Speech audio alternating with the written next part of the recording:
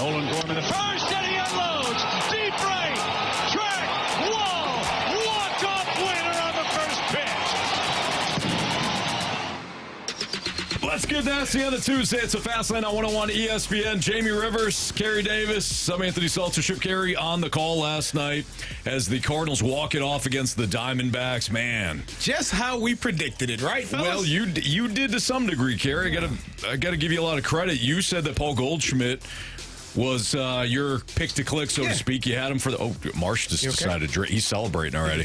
We get a victory on April 22nd last night, and Marsh he's drinking. He's celebrating. Celsius, baby. There you go. That's your computer screen today. Yesterday, I think it was good. It was a little limp yesterday, but, you know, that's what happens when the Cardinals win. Fix you right up. There you go. Darn right. Yeah. So they needed that one last night. So Goldschmidt homers. Carey, congratulations. You're on the board for the home run derby. Carey, is that your first one? That's my first one. You'll never forget your first one. I'm so excited. That was a hell of a bang, too. Yeah, it was a bang, right? Yeah. 412 feet. That was no doubter. Oppo Taco, baby. And then you had Nolan Gorman off a lefty, no less. A lefty who hadn't given up an extra base hit on the season.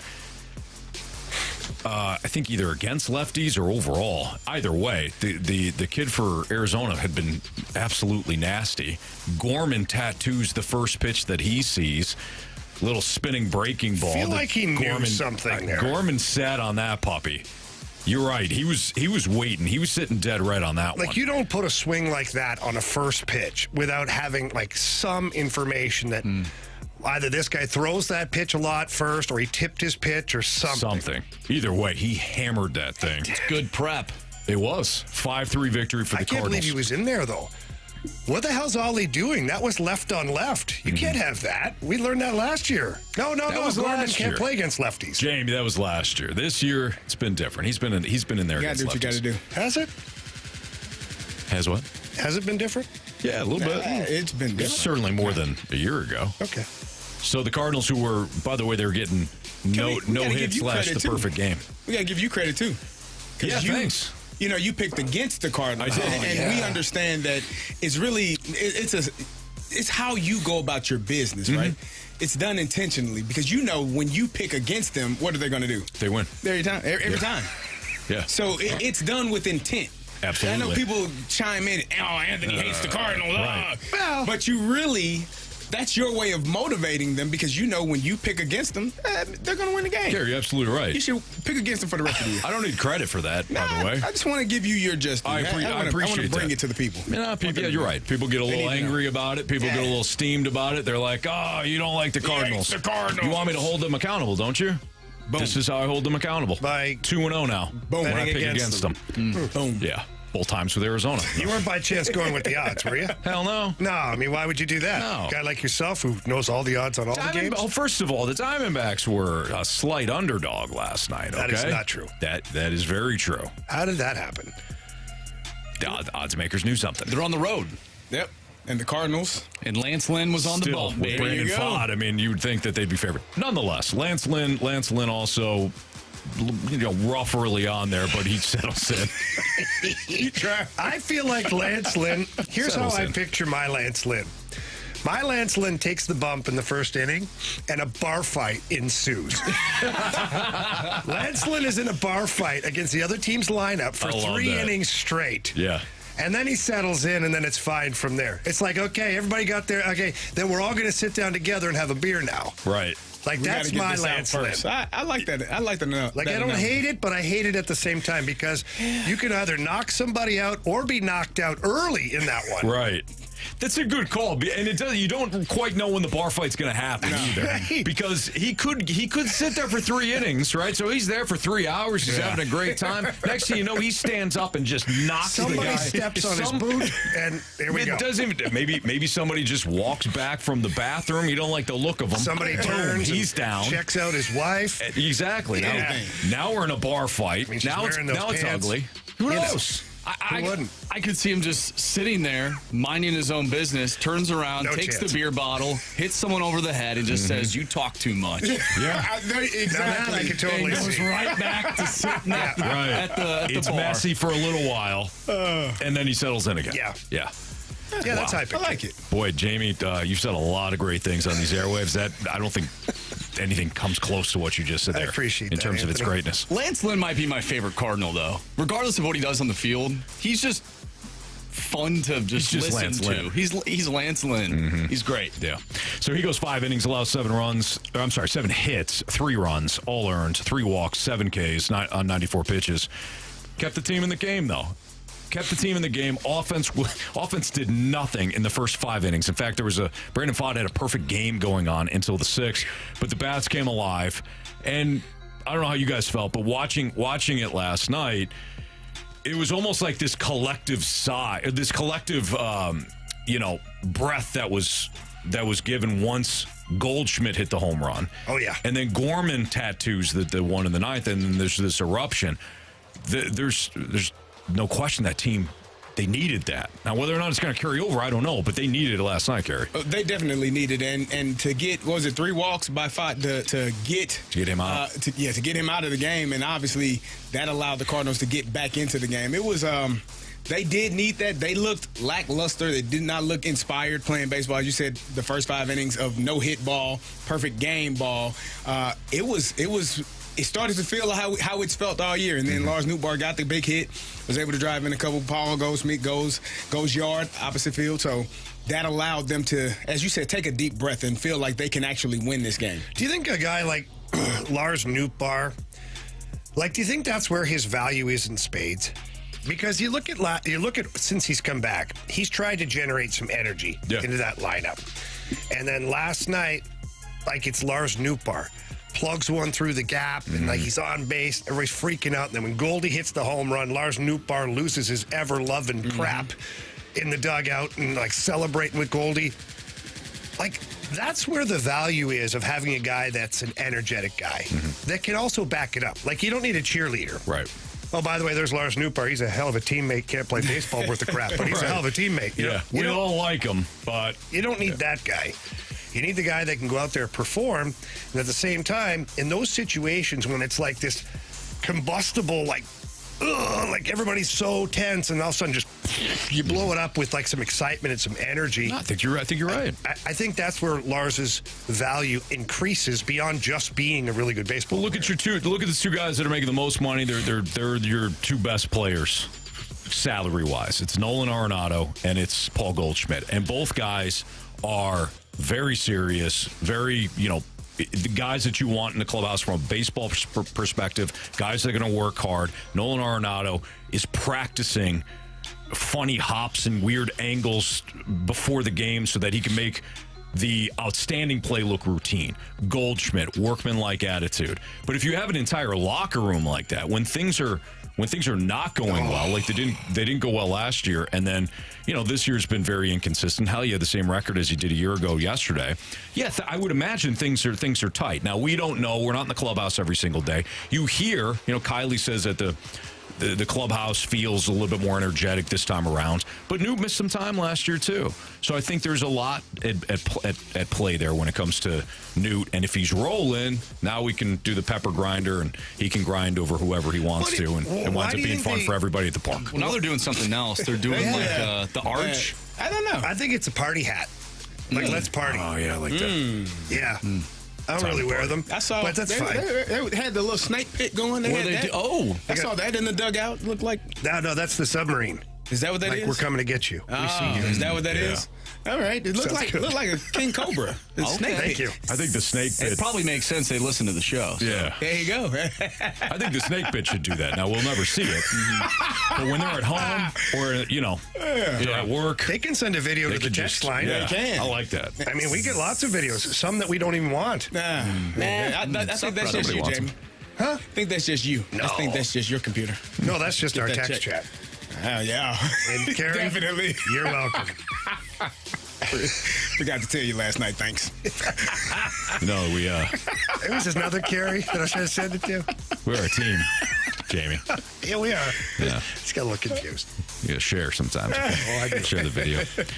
Share the love, Anthony. It's Fastlane on 101 ESPN. We did get a text, and you can participate in the show today, 314-399-9646. That's the Air Comfort Service text line. If you want to leave us a mic drop, fantastic. You can do that, too.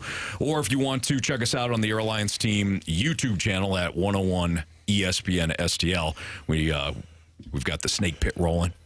Chime in, comment, question, whatever you want to do. But we just got this text in from the Air Comfort Service text line. Yes, the 636 says, hello, listener who doesn't think Carey knows anything about baseball. If you go back and listen to yesterday's show on the 101 ESPN app, you can download it for free.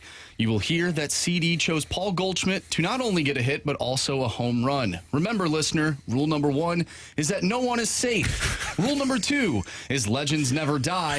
And Carey Davis is definitely a legend. Have a great show, guys, from the Water Boy. Well done, Water Boy. Nice job. High quality Yeah, nice job. Now, we do have to make one amendment. Rule 3 is legends never die. Rule 2, Jamie, is we bury the bodies. That's right. We bury the bodies. I was trying to remember the order. We usually don't bring that one out because we don't. You might want to. Do you want to switch that around? No, hell no. No. Bury the bodies. When rule number 1, nobody's safe, Yeah. which means rule number 2 might have to kick in. You don't want to skip that one. That's right. And then rule number 4 is don't look Anthony in the eyes. Ever. Well, that's not. Ever. It's not a I team. learned that. I had to learn that the hard way. Isn't it weird? It was the weirdest thing. It scared the hell out of me. It's kind I was of staring at him, and he said, psychopath. and he kind of did something, and I looked down immediately because I got nervous. We couldn't believe you were staring at him. I didn't know. You all know. didn't tell me, It and makes then you feel you uncomfortable. huddled me together. We huddled afterwards. You know I didn't and- tell you? Because I found out that Okay, way. BT sorry. didn't warn me. Got you. I came Got you. in, made eye contact with Anthony, and the next thing I knew, I was in Tommy's office. Yeah. Like, I was almost out of here. Yeah. Don't stare at him. It's just You gotta look at his Contract. forehead. yeah. The contract was in front of you, was slightly ripped. That's how you got your warning Yeah, on that. it was so bad, I had to take 3 months off to recover. That had something to do with some paperwork. Don't look at him later today either. Actually, I need a vacation, Anthony. Look at me. It's a fast lane on 101 ESPN. The Cardinals picked up the win. Can they do it again? We'll look at tonight's matchup and talk about some of the elements that we could take from last night and maybe apply it to tonight and, moving forward. That's next on 101 ESPN.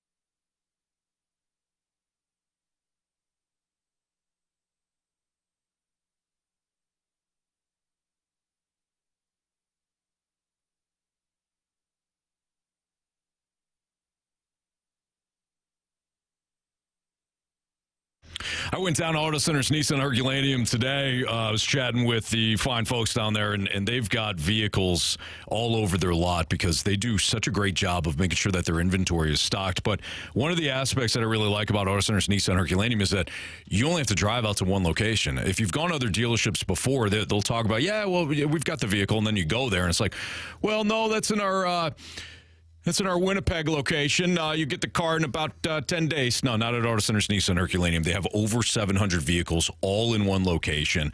They've got 0% APR and payment terms all the way up to 84 months is one of the incentives too right now for their Fresh Start program. Up to $5,000 off MSRP or no down payment needed in 3 months of no payments as well. So they've got different incentives going on right now on new Nissan. So look at the Rogues or the Pathfinders or maybe a Nissan Altima. But they've got them all, again, all in one location. Plus they've got financing options for everyone. Good credit, bad credit, doesn't matter. Auto Center's Nissan Herculaneum, they will finance the vehicle for you. And a lot of times they'll do it at a monthly payment that is much lower than you thought was possible. As always, new Nissans also come with their exclusive lifetime warranty as well as a 30-day return promise. It's all available at Auto Center's Nissan out in Herculaneum. Check them out first at autocentersnissan.com.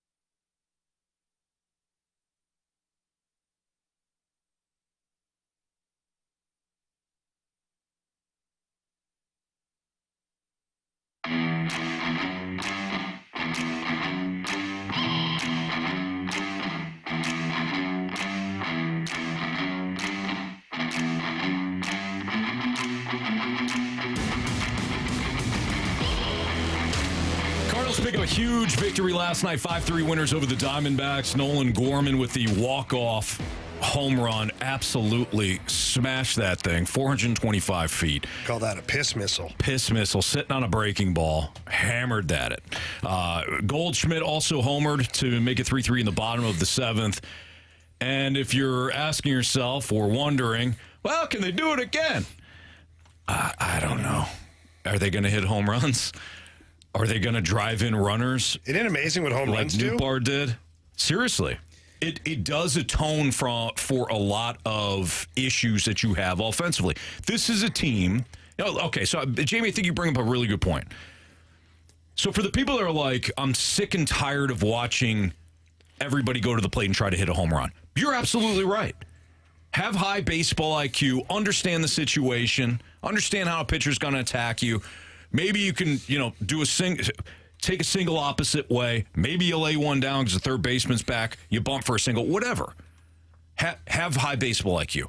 However, at some point, if you don't have home runs in your toolbox, you're going to have problems offensively. I guarantee it. So last night, perfect example. You go 5 innings and Brandon Pfaadt has a perfect game against you.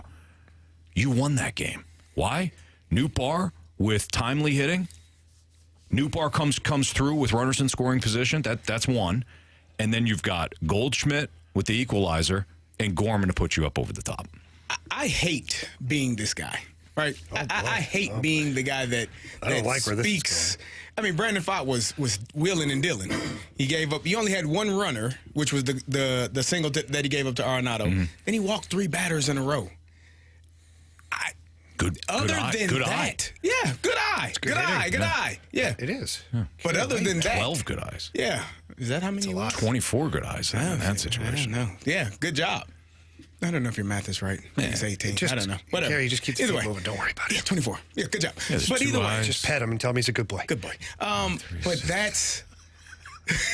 That does not happen. Then you don't have Lars Newbar with an opportunity to drive in those 2 runs. I'm not saying that when you have success, sometimes some luck is in there as well. And the Cardinals have been unlucky. So last night, getting 3 walks, as you said, good eye. Brandon Pfaadt pitching outstanding, incredibly, and then giving up those 3 walks. That was a good thing on their part to be able to drive those runners in. But I would like to see guys getting hits to get in that position and not have to rely on the pitcher. You're not going to get a major league pitcher to walk 3 batters again in an inning. Boy, you sound picky. He hates competitive at-bats. I'm not being picky. I'm telling you, it was a beautiful. Carey, You're It was the a definition beautiful of picky win. right No, now. I said sometimes when you win, you need to be lucky. That was good. Good job by them because up until that point, that pitcher had a perfect game prior to that inning. Who hurt you? Nobody. You played The at Cardinals a hurt youth me. level. You know damn is well not the youth. that a walk is as good as a hit. Yeah. When Carey, it's the I have a youth, question. They don't usually walk 3 batters in a row. Excuse me, Mr. Davis. Don't know if it's going to happen again He doesn't today. wanna I'm sorry. acknowledge Yes, my sir, question. Mr. Rivers. No. You go ahead, He's Mr. ignoring Rivers. me. I'm listening, Mr. Rivers. Yes, sir. Just out of curiosity. If a guy walks, gets a base hit, or gets hit by the pitch, He's on base. Where does he end up? Go to first base. There you go. I'm okay with it. No, you're not. You just said you're not okay with it. No, you all aren't listening. Crabby old son of a... I'm not upset about them scoring the run. I am saying let's just dial it back until we are earning those base runners. They All right, did. Anthony, I'm going to talk about something positive for a second. did earn it. Did they? We Or just did talked Brandon about it Pfaadt just yesterday. throw 4 balls out of Either the strike way. zone over and over again to 3 batters, and then we got them. it's a good eye. And then Lars Newbar did a great job. I've seen What I'm Jordan saying Walker is- and Goldy and Gorman swing at those balls outside of the zone. Jordan Walker didn't play yesterday, and neither did Nolan until the bottom of the 9th. And Boy, he did won. he ever play. He that, did didn't play. He did play then. So, Anthony, I want to focus on something a little more positive here. Thank you, Since Jamie. our associate's All a little right. crabby today. 323, Kerry Davis. I mean, I know it's raining out. 223, Kerry Davis hates the But Cardinals. there's no need for the weather to impersonate Carey's mood, okay? But Real Eeyore over there. serious. It's raining. I got a cloud over me, clearly. You should. He's all in gray, too. Imagine Yep. that. So, I want to compliment Paul Goldschmidt for a second, and not for his home run. Because if you watch that game in the 9th inning yesterday, if Paul Goldschmidt doesn't hustle and beat out the throw to first base, Yes. maybe they don't change pitcher. Like things can change, and maybe then Gorman doesn't get that one pitch. Maybe things are different, but because Paul Goldschmidt got onto first base, they changed the pitcher. And you think lefty on lefty is probably the best matchup for the Diamondbacks, which ordinarily it probably is. But Gorman smokes it out of the park, and it's all because Goldy got to first base, beat out the throw. Mm-hmm. So for me, yes, the long ball from Goldy was awesome. You pat him on the back. Hey, that's what you're supposed to do. But the 37-year-old, or soon-to-be 37-year-old, legging it out to first base to get it there and to cause them to change pitchers. I think he was Jake Taylor. He was Jake. The knees were screaming. You know what? Not so much for Goldy. Yeah, no. I did see Jake Taylor last night. Jock Peterson. No. Lance Lynn off the mat. Oh, no. I love me some Lance Lynn, and I would party with that guy, and I'd get in a bar fight with that guy, and he has my back. Yeah. But I don't know if I want him running over first base for a big out in the World Series. You don't know if you do get in a fight, if he's got to run in from someplace. He better not have to run in. Yeah. Or it might be a while. Might be an issue. Yeah. Yep. All right, so the Cardinals, Diamondbacks, they do it all again tonight, 6:45. I know it's been raining, but I think the rain's going to kind of die off here, so I imagine they got... Carey's mood will change. Yeah, seriously. Seriously, you might be right. Maybe it is the lack of sun outside. I don't know. You got the party lights on and everything. You still bringing that mood in? Yeah, I brought it in with me. You almost don't deserve the party lights after that count. Seriously. You should have to sit there with the spotlight. We're going to turn the lights on above Carey. If you got a bad attitude, we should. And I should just sit down for the rest of the show. Sit in the chair with the arms like a psychopath. Yes. I don't know why that chair is. I still don't know why that chair is in here. Who uses it? It's the padding's not even on I the think arms. Alex uses it. Poor Alex. Alex is Great guy. Well, don't we all? Yeah, true. Diamondbacks, Cardinals, 6:45. Tommy Henry, the lefty, versus Steven Matz, the lefty. So a couple of southpaws on the bump tonight at Busch Stadium as the Cardinals and Diamondbacks continue their series. By the way, Jamie thought of Jamie gets all the credit for our home run game changing, adding the point values for each player. You did. You came up with that decision. You came up with the idea, team decision to implement it. So You're doing a great job. Jamie came up with another twist for our home run derby challenge here, which I love.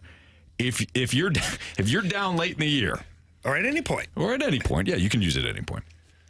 You can get a whopping 5 points if you take a player that is not in the starting lineup to hit a home run. So last night's perfect example. Let's say one of us takes Nolan Gorman. He's not in the lineup. If he comes in and pinch hit roll at some point and hits a home run, it's worth 5 points. So we're juicing up the game here. Yeah, well, I mean, the Cardinals have made the game a little less interesting because of the lack of home runs. Now, maybe last night is a turn of events and, things change. We get a lot of home runs. Carey, why are you listening to music? Yeah, what's going on with the music? So one of your three computers has audio playing right now, and it comes out of the thing below us. I have mine's nothing off. on anywhere. Pretty amazing. That's incredible. That's not mine. I got my sound off. In the bottom right-hand corner, Carey. Hang on. It's off. It was Jamie's. Maybe it was mine. Yeah, it was Jamie's. We found the culprit. What the heck is it playing, though? It's probably an ad playing on whatever ESPN thing you have up. Yeah, it's probably playing the. Bow wow. Yeah. Jamie, why are you on that Kind of side? grooving to that music. I like the soundtrack. I listen for the music. The only reason I watch that. I read for the stories. Anyways, 5 points for a pinch hitter. Good luck, everybody. Pinch hit home run. We love it. What's trending is next in the Fast Lane on 101 ESPN.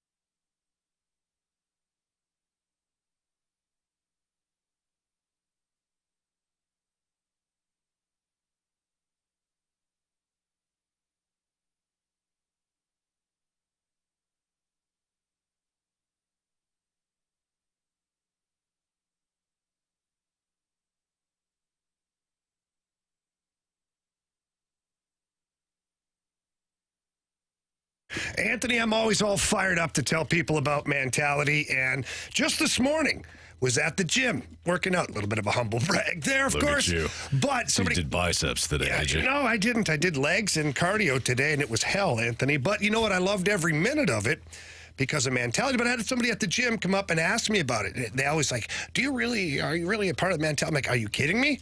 I wish I was a part of this 5-10 years ago. I explained to them how it works, and they were so excited, and they said they're going to go in there, tell them, they're going to say that Anthony and Jamie sent them in, and I love that. I love that people, one, are listening to these ads, and then two, asking me questions about it. If I'm not around or Anthony's not around, you can always just call over there or visit Angel and the crew over at Mentality, but they're doing wonders. Well, you can ask them. Did Jamie and Anthony actually go in? I went in today. South County, they got 2 locations. I went down to, I live out in South County. Jamie usually goes to the one in Chesterfield.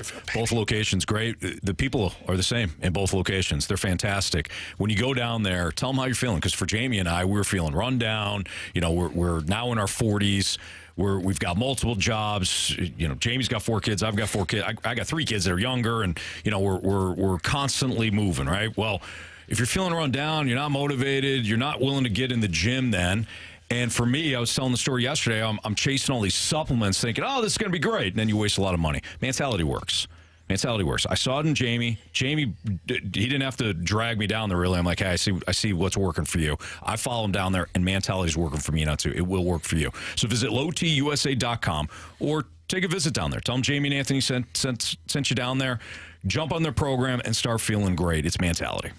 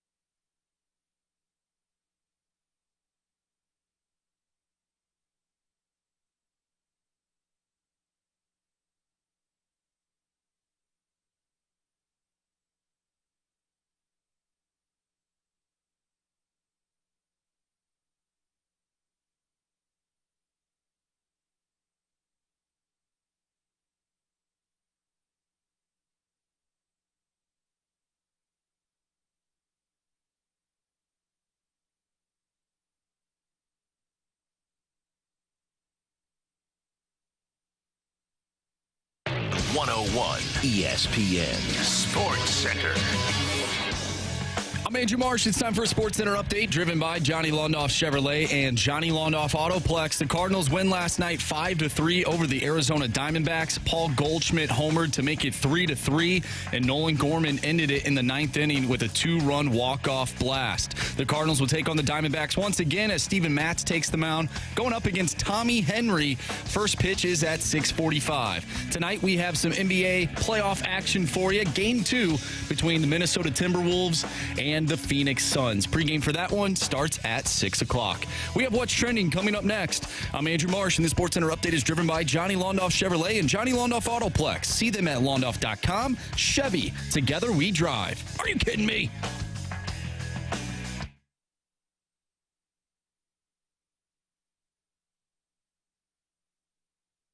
It's time to find out what's going on in the sports world with What's Trending Now. Brought to you by Goodwill. Donate a car and get tickets to the St. Louis Cardinals.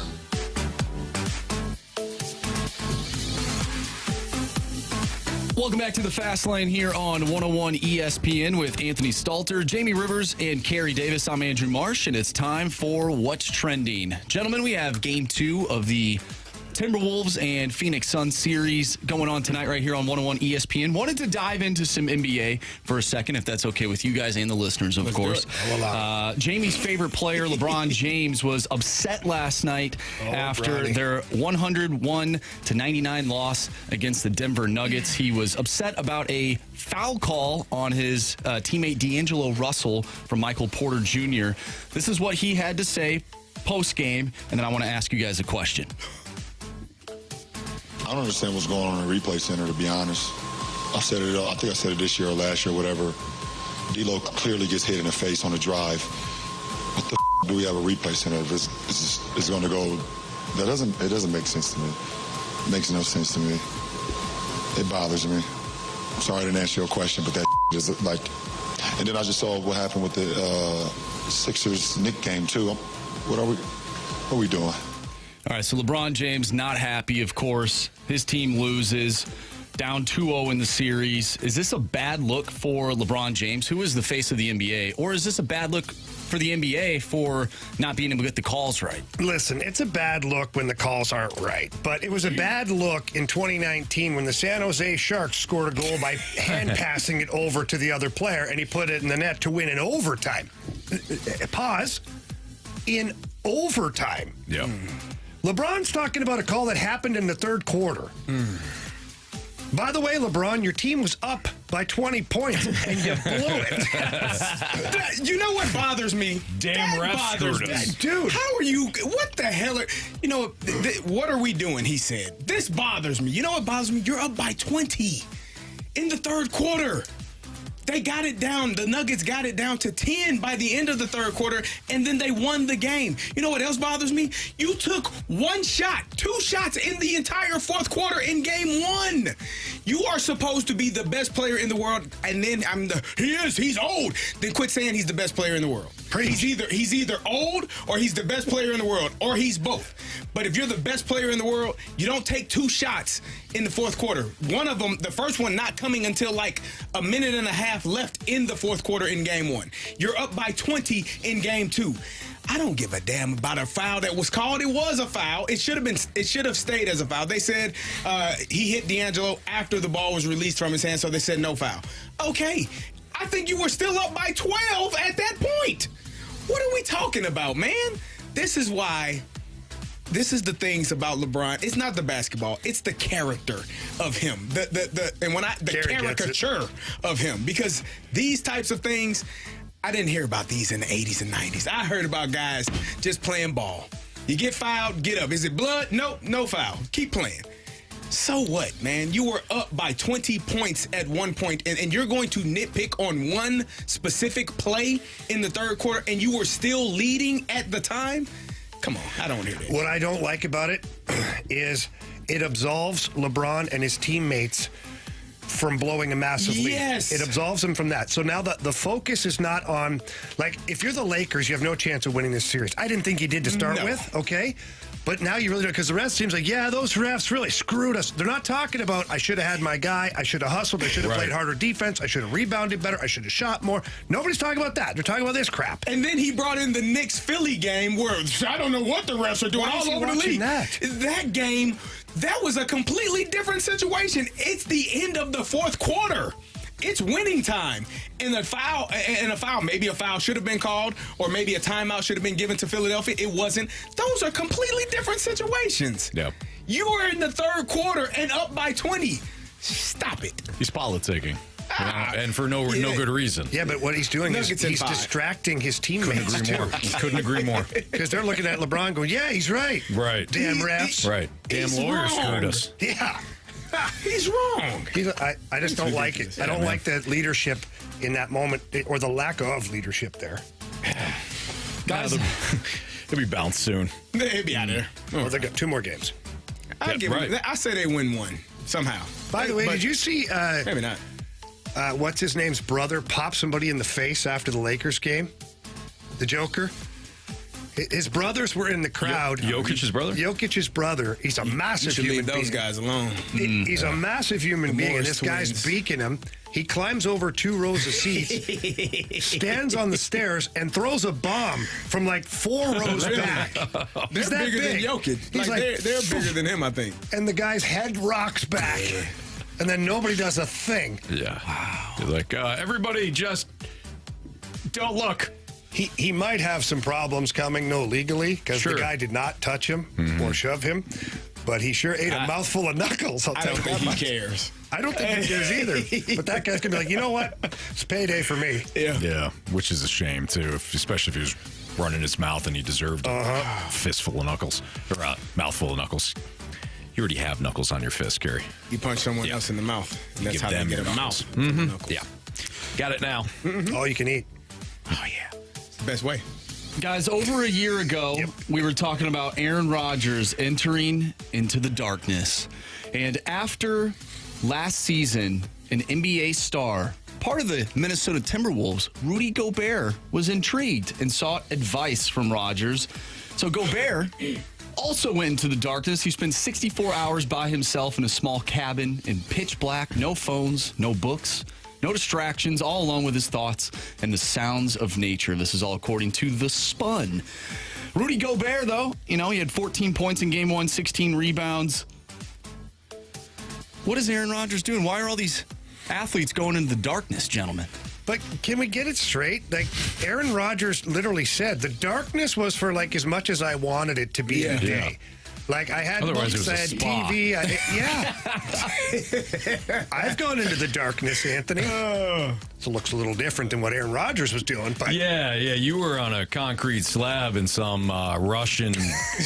Okay, that did happen. Oh, wait, no. Was that Croatia? Both. 2 times? The one in Russia, that was actually my apartment. That was the furnace room. That was the darkness where I had the hot water heater in the room, basically sharing the room with me.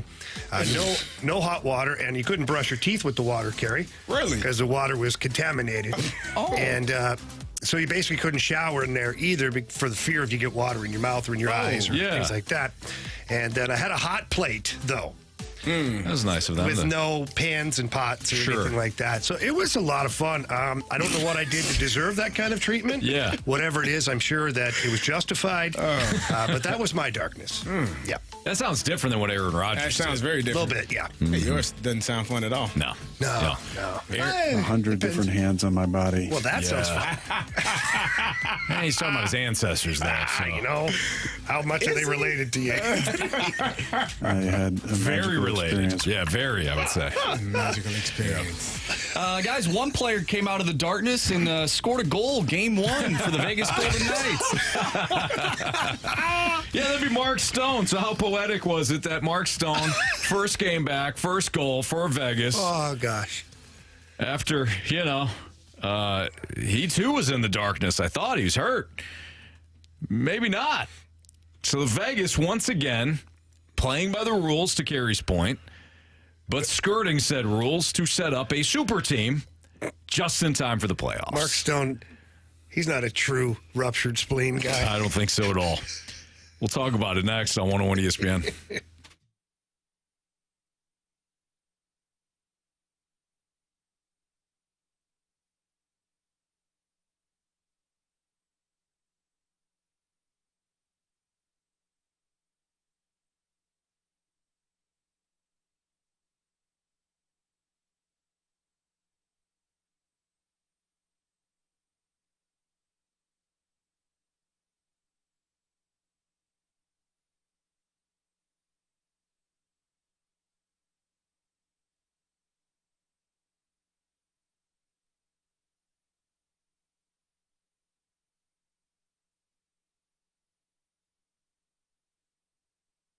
Love heading down to the Missouri Athletic Club. I typically go down to the West Clubhouse because it's a great spot to get my workout in, and I can, take the family down there for various events that they have going on in the month, like the Easter egg hunts and stuff like that the kids love.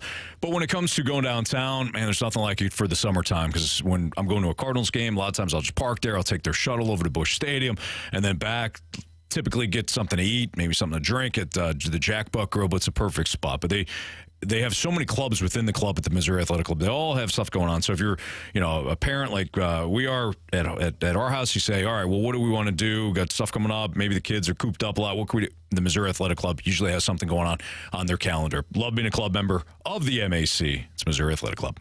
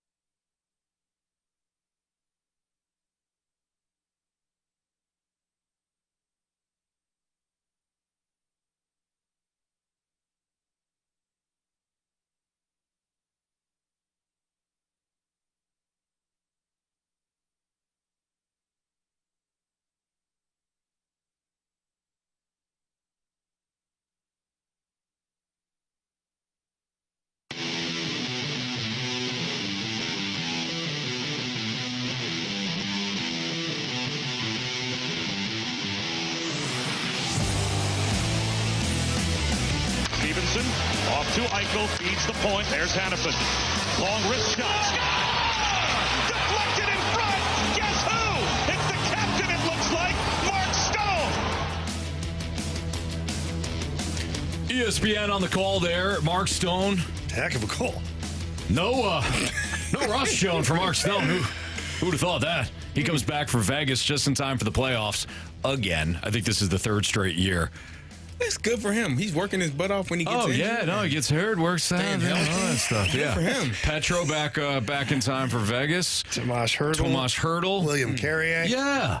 Good I mean, the water in the Vegas timing. must have something magical. Now, I can tell you, There is magic in Vegas. I just haven't experienced this kind of. Yeah, so Vegas, they're healthy just in time. So, yeah, Vegas, the latest team, because they're not the first ones to do this. Chicago has done this. Tampa Bay did this to win to help themselves win a cup. So Vegas is just the latest in line. Vegas did it last year, too. Vegas did it last year.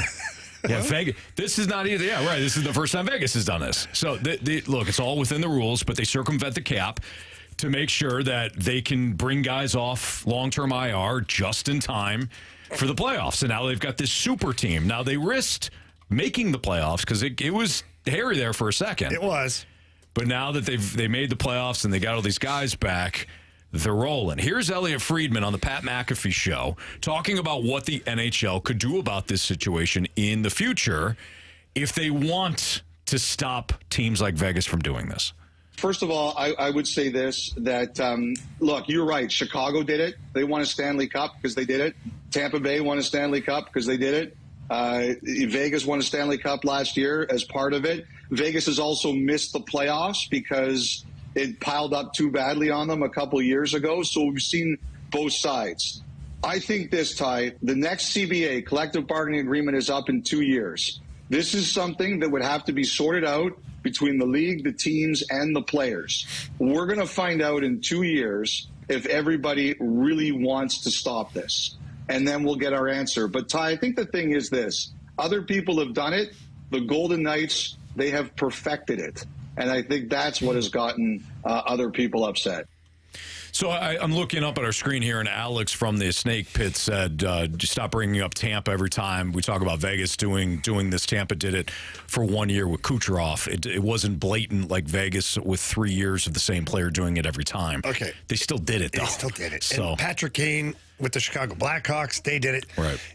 Here's where I'm at. I'm not gonna focus on Vegas because they've now burned 2 houses down when Tampa only burned half a house down. They're still lumped up in this group here. So here's where I'm at with this.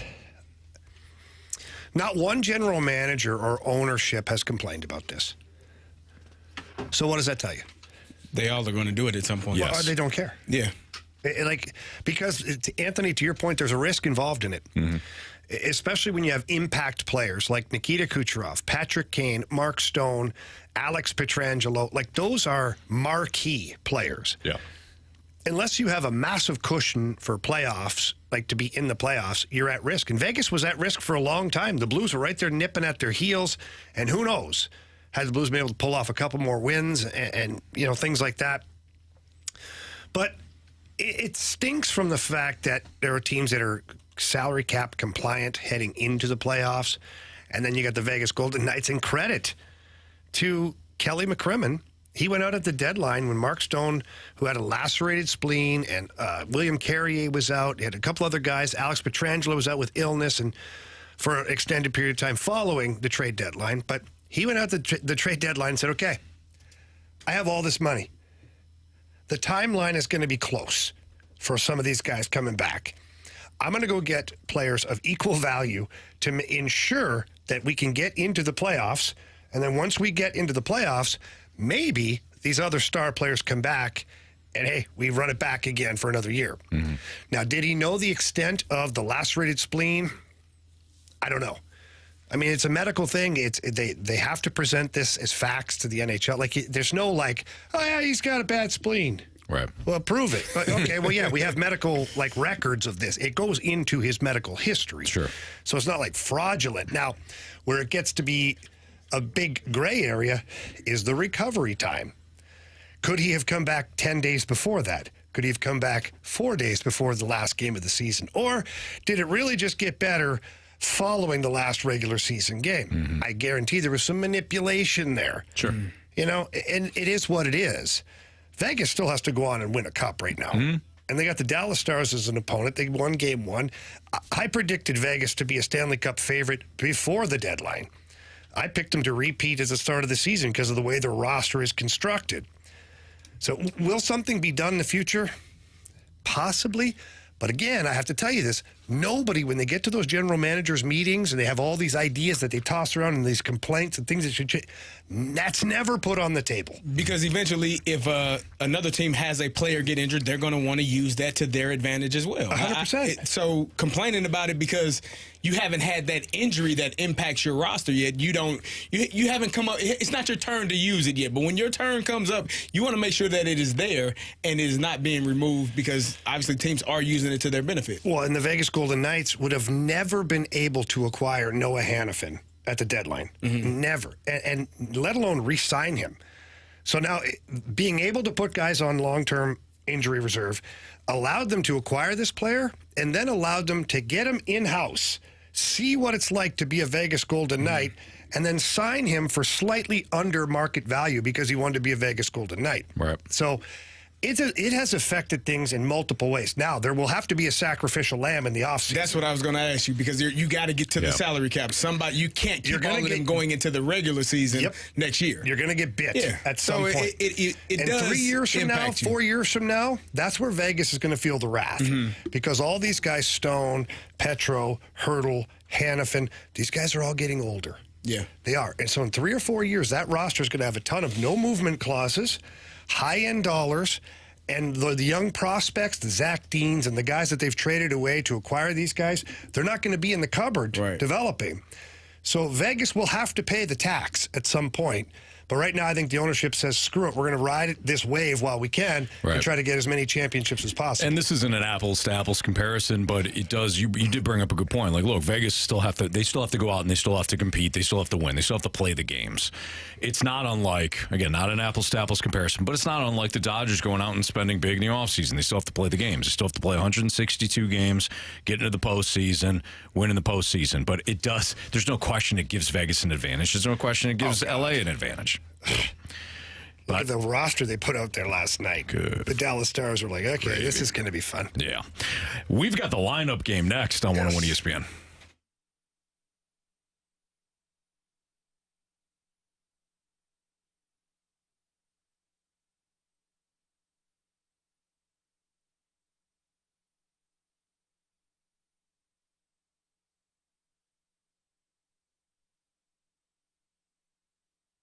There was a point a long time ago when I worried about the rain coming in the spring and watching as all of the weeds and stuff like that would grow throughout my front yard, my backyard. There's a spot really on the side that's in the back where I'm like, man, not only can I not get grass to grow here, I've got just this crabgrass weed. I mean, it looked awful.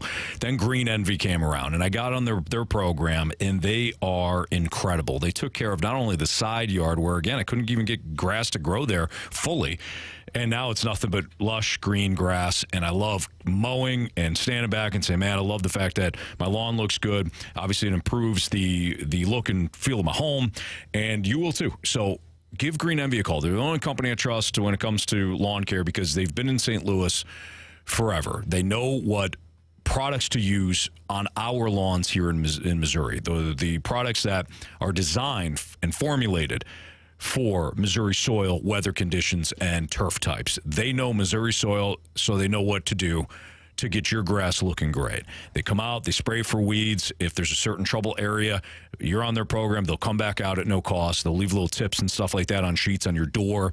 Hey, do this, water here. This is what we did today. This is how you can best maintain it throughout the times in between that we're coming out to spray. They do an excellent job. They're Green Envy. Give them a call, 636-757-1600. Tell them Stalter sent you. Again, it's Green Envy.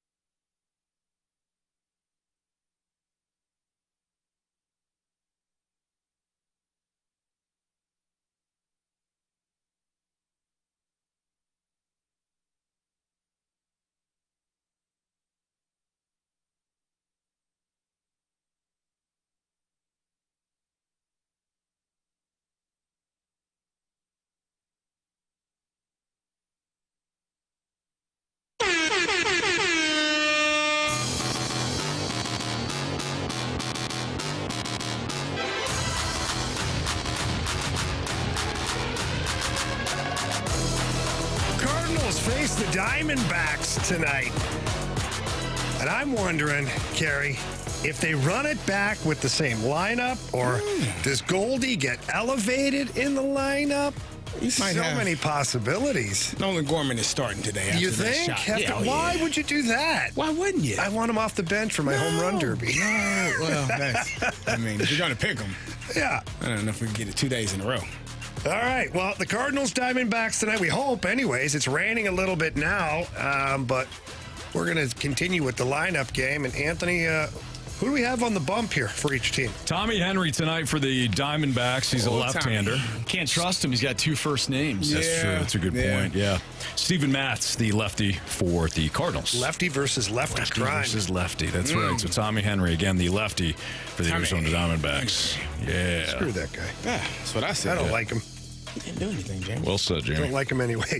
He just plays for the wrong team. Yeah, he's got the wrong damn uniform on, Carey. Don't like him. Don't like him. You like somebody from the Ravens? No. Or the Browns? I like Lamar. Definitely not the Browns. You don't like Lamar. I like his game. When he's playing the Steelers, do you like him? No. Exactly. They Thank you, should Carey. sack him every other play. Your Honor, I rest my case. Yep. Hit his ass and hit him hard. Well said. Yeah. Well said, Carey. All right, so what do you guys think? Donnie? Donnie Baseball. Yes, please. Show us, Brendan Donovan. Donnie. Hey, this headband's pretty cool. All right. Here it I don't is. think there's any reason to change the lineup from last night too much. I do. I think Goldie's back in the 2-hole. I don't. I think Ollie goes, he's back, and I want him to feel like he's back. There you go. I'm with Jamie there. But Jamie, you can say it. Anthony doesn't believe in us. I believe in you guys. Listen. I believe in you guys wholeheartedly. Absolutely. And that's why we're going to go with RL Chalk. I don't think he's here, though. If I'm the manager, I'm the coach, I think I'm doing it. We got a text that says, good luck with this lineup. I didn't want to say anything. Oh, Goldie needs a day off. He ran the bases yesterday. He got that truck, the first base there. That's true. Burley's probably playing first base today. Oh, God. Why did you read that text? I don't know. I read it out. My brain said, I just read it. You know what? I'm just going to go with it. All right, go with it. Stay with it. Do you agree with me? I agree with you. I know where you are, but this could be Marshy texting that in for all we know. We don't know. All right, show us. Paul Goldschmidt? Sorry, guys. Son of a... It's not your guy either, Anthony. Go ahead.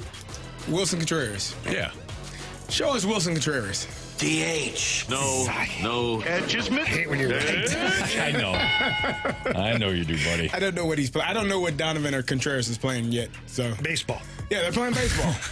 I don't know what position they're playing. Tonight. At Busch Stadium. Yep. Maybe. Possibly. Yeah, I think they will. Well, this has got to be our Newt. There it is, right? Don't you think? Why the hell would you take Newt out of this spot? Because it's against a lefty. So what, you don't play Newt against lefties? Yeah. He hasn't. Can I remind you that Paul Gorman hit a bomb off a lefty yesterday? It was Nolan Gorman. Swollen Nolan. All right. Well, who the hell do you think it is then? Is this Goldie? No. I said that with too much confidence, huh? He stomped on it. I like Newt. Okay, then go for it. You guys, I mean, listen, You think Newt? we're a team here. think Newt? I'm doubting everything in life at this point. Show us Lars Nootbaar. You're wrong. Anthony, look at Anthony. He likes it. That's the sick part. He'd rather see his team fail for his personal gain. Boy, this is some world-class manipulation on your part, Jamie. I'm right, and yet you still say, oh, Anthony, blah, blah, blah. Who do you think is here? I think that this is either Goldie or Nolan Arenado. No, he's not bumped up in the order. Go Goldie then. I say go. Right. You think Goldie too? Yeah. All right. Go for it, Anthony. You've been right on everything so far. You let us know. Trust us. Yeah. You've been right. It's what he wants to hear. You're right. Okay, fine. Then I don't think it's Goldschmidt here. I think it's Arenado. So show us Nolan Arenado. No, wrong. He's a Gold Glove winner and perennial All-Star. We are never going to live Gold this down. Glove over here. Come on. Thank you. Marshy, I was praying that you hit the at the end of that. When I went to the yes. Funnier that he actually got it right. When I went to the yes, Carey, let's just leave. Part of me in my head. We can go. We don't. Anthony's got this. You got it. Yes, Anthony. Hey, we're a team. It's your show. We're out of here. Jamie, we're a team. You come on back. All right? He doesn't need us. I need He's you going guys. to tell us that, too. Trust me. Big time. Till we're wrong. And then Who's he's here? told you. Is this Paul Goldschmidt, or is he off today? I think Goldie's bumped up. I think without Newt, it's Goldschmidt. Why would you put Goldie at cleanup, though? Like, Juan been fifth Arenado yesterday. is He your was fifth perennial yesterday. cleanup hitter. So he was 5th yesterday. I know, but it makes no sense. Newt out. So, You think Newt is out today? yeah. Jordan Walker is in? No, I'm sorry. Newt was on maybe base he's twice yesterday. Maybe he's bumped down. But we've seen this against left-handers. Newt typically doesn't bat third against lefties. All right, who you Well, got? usually he doesn't I think get it's RL Chalk. All right, show us Paul Goldschmidt. Chalk. Oh, Get my geez. tub of chalk. Are you looking at the Now I'm waiting. answers No, over there? I'm not looking. Look. Jesus. You see my screen, Who the Jamie? hell nails all that crap? He is 4 for 4. .com. You go again. All right. You know it all. Why would Ollie do that, though? Well said, Carey, by the way. Why would Ollie do that? Take Arenado out of the cleanup and put Goldie in the cleanup, to which they never. It's always Because reversed. he's just moving, Trying to figure some moving things them up. out. Oh, he's panicking. They won yesterday. They Still. were getting no hit till the 5th inning. but- This I could see. This I could see Gorman. Okay. I agree with that. Okay. All right. Now I'm less confident. Ain't that something? He's less confident because we agree. Because you agree with me. Now I'm he's less not confident. wrong. You're not wrong. I can't even get I mad. would say if we have a group All right. project, you probably should get a little nervous if Well, we agree. we'll see here. All right, show us Nolan Gorman.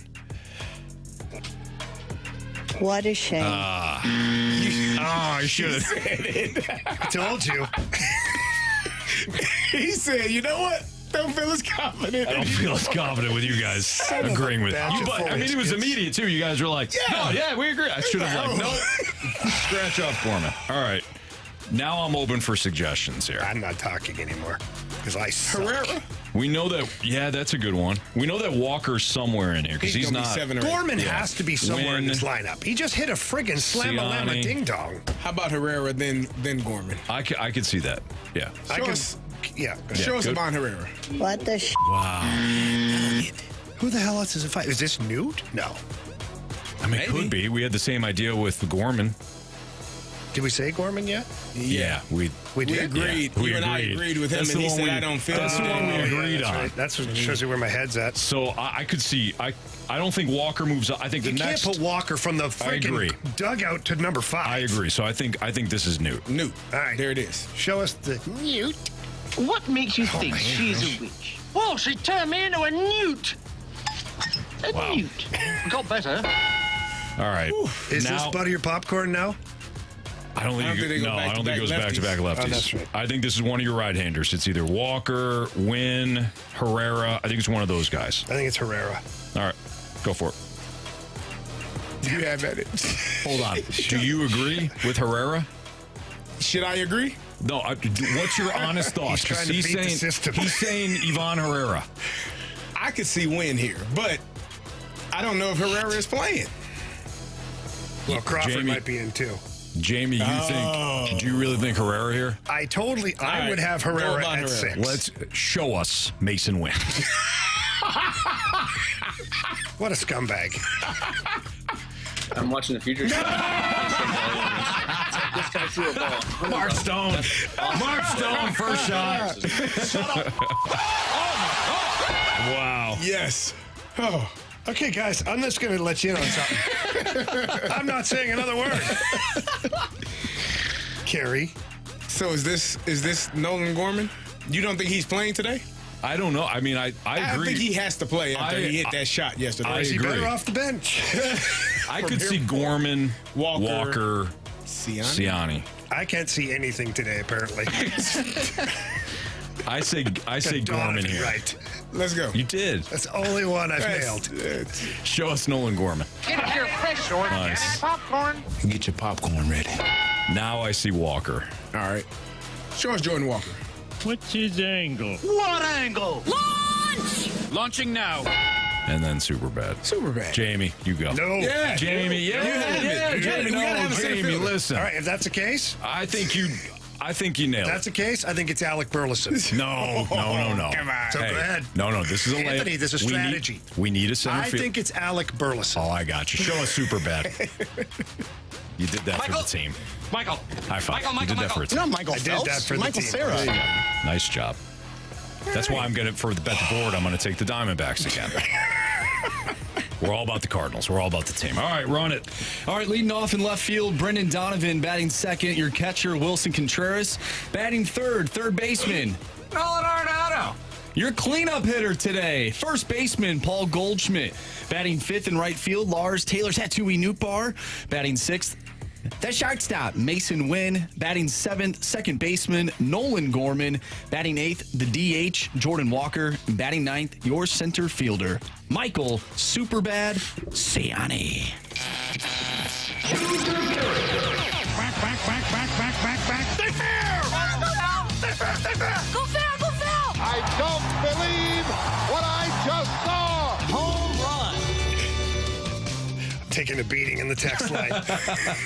I deserve it. If you have even worse things to say to me, go ahead. Put them in there. I will not fight back. Hey. You know, we'll have tough games. You're going to bounce back. I totally accept. Were you terrible today? Yeah. But here's the thing about you. You always bounce back. You're going to bounce back tomorrow. You just did what I did to you earlier today. Yes. Were you terrible today? Yes. Yeah. Have you been awful recently? Yeah. But you're going to bounce I know back what tomorrow. kind of a player you are. You're a gritty player. And what you've done, that's out of character. Yeah. Oh, man. Swan sent a funny text. Oh, I saw it. Oh. Yeah, burnt pancakes. Say what Jamie Rivers was cooking in the lineup game today. Burnt pancakes. And he says, I'm sorry, don't take me. No, Swan, don't be sorry. You're 100% correct. All right. So, speaking of Jamie, though, I'll tell you what. Screw mentality. Ribs needs lacing. Well, one, I probably do, but I'm not reading the lineup. Yeah, right. So it's nothing to do with my vision. Yeah. Even if you did have your It's my glasses, brain. you know. Which we know there's problems. No. All right, Jamie is leading the home run derby. So wow. Jamie's got three points. Marsh with 2. Carey's now on the board with 1. Still looking for my first. Maybe he'll come tonight. You never know. Interesting. All right. Well Jamie, played. go ahead. Yeah, well said. All right. I think Big Willie gets one tonight. Wilson Contreras. All right. Next up would be Andrew Marsh. I'm going to take Lars Newtbar today to hit a home run. All right. Glad you guys didn't go there. It's got to happen at some point. I'm sure of this. He's not playing in the field today. He's going to be well rested to just swing the bat. Oh, God. Your DH, Jordan Walker. I don't know why you do that to yourself. We got one last night. No, Jordan Walker didn't. Well, no. He didn't play. Carey did. I understand Carey got one. I know. Paul Goldschmidt's a stretch from Jordan Walker. All right. I'm going to take Nolan Arenado tonight to hit one. Marcia, who'd you pick? I picked Lars Newt. The Newt. The Newt. I almost went there, but I was like, Anthony hates him against lefties, so. I don't hate him against You're on lefties. fire today, so I'm going with your advice. Okay. Come You on. are on fire. No, I'm not. You did. I got a couple of things right. That was Good it. job. Now, for me, that's on fire. But all right, Are You Sold is next. 314-399-9646. Text in your Are You Solds. We'll play that next here in the Fast Lane on 101 ESPN.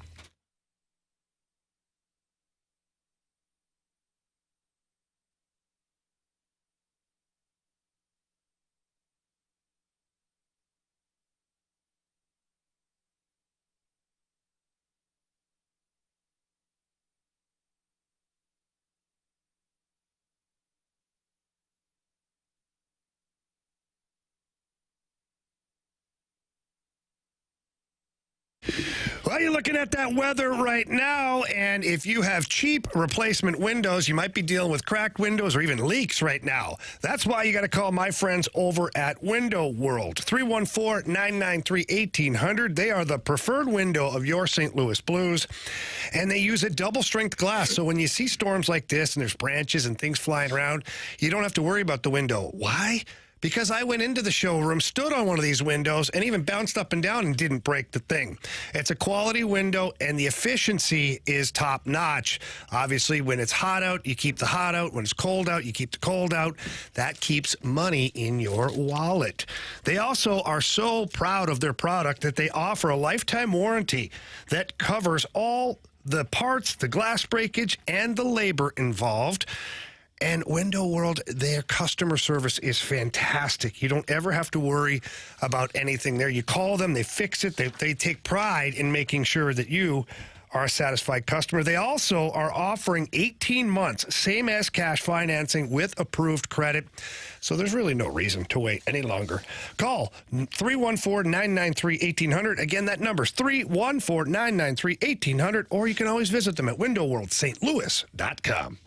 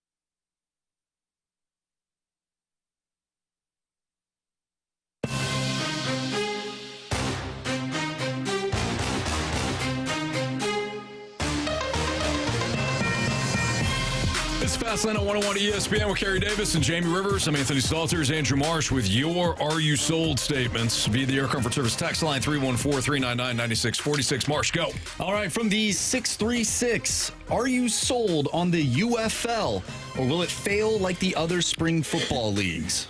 So this is an interesting question, guys, because it's not a Battlehawks question. Right.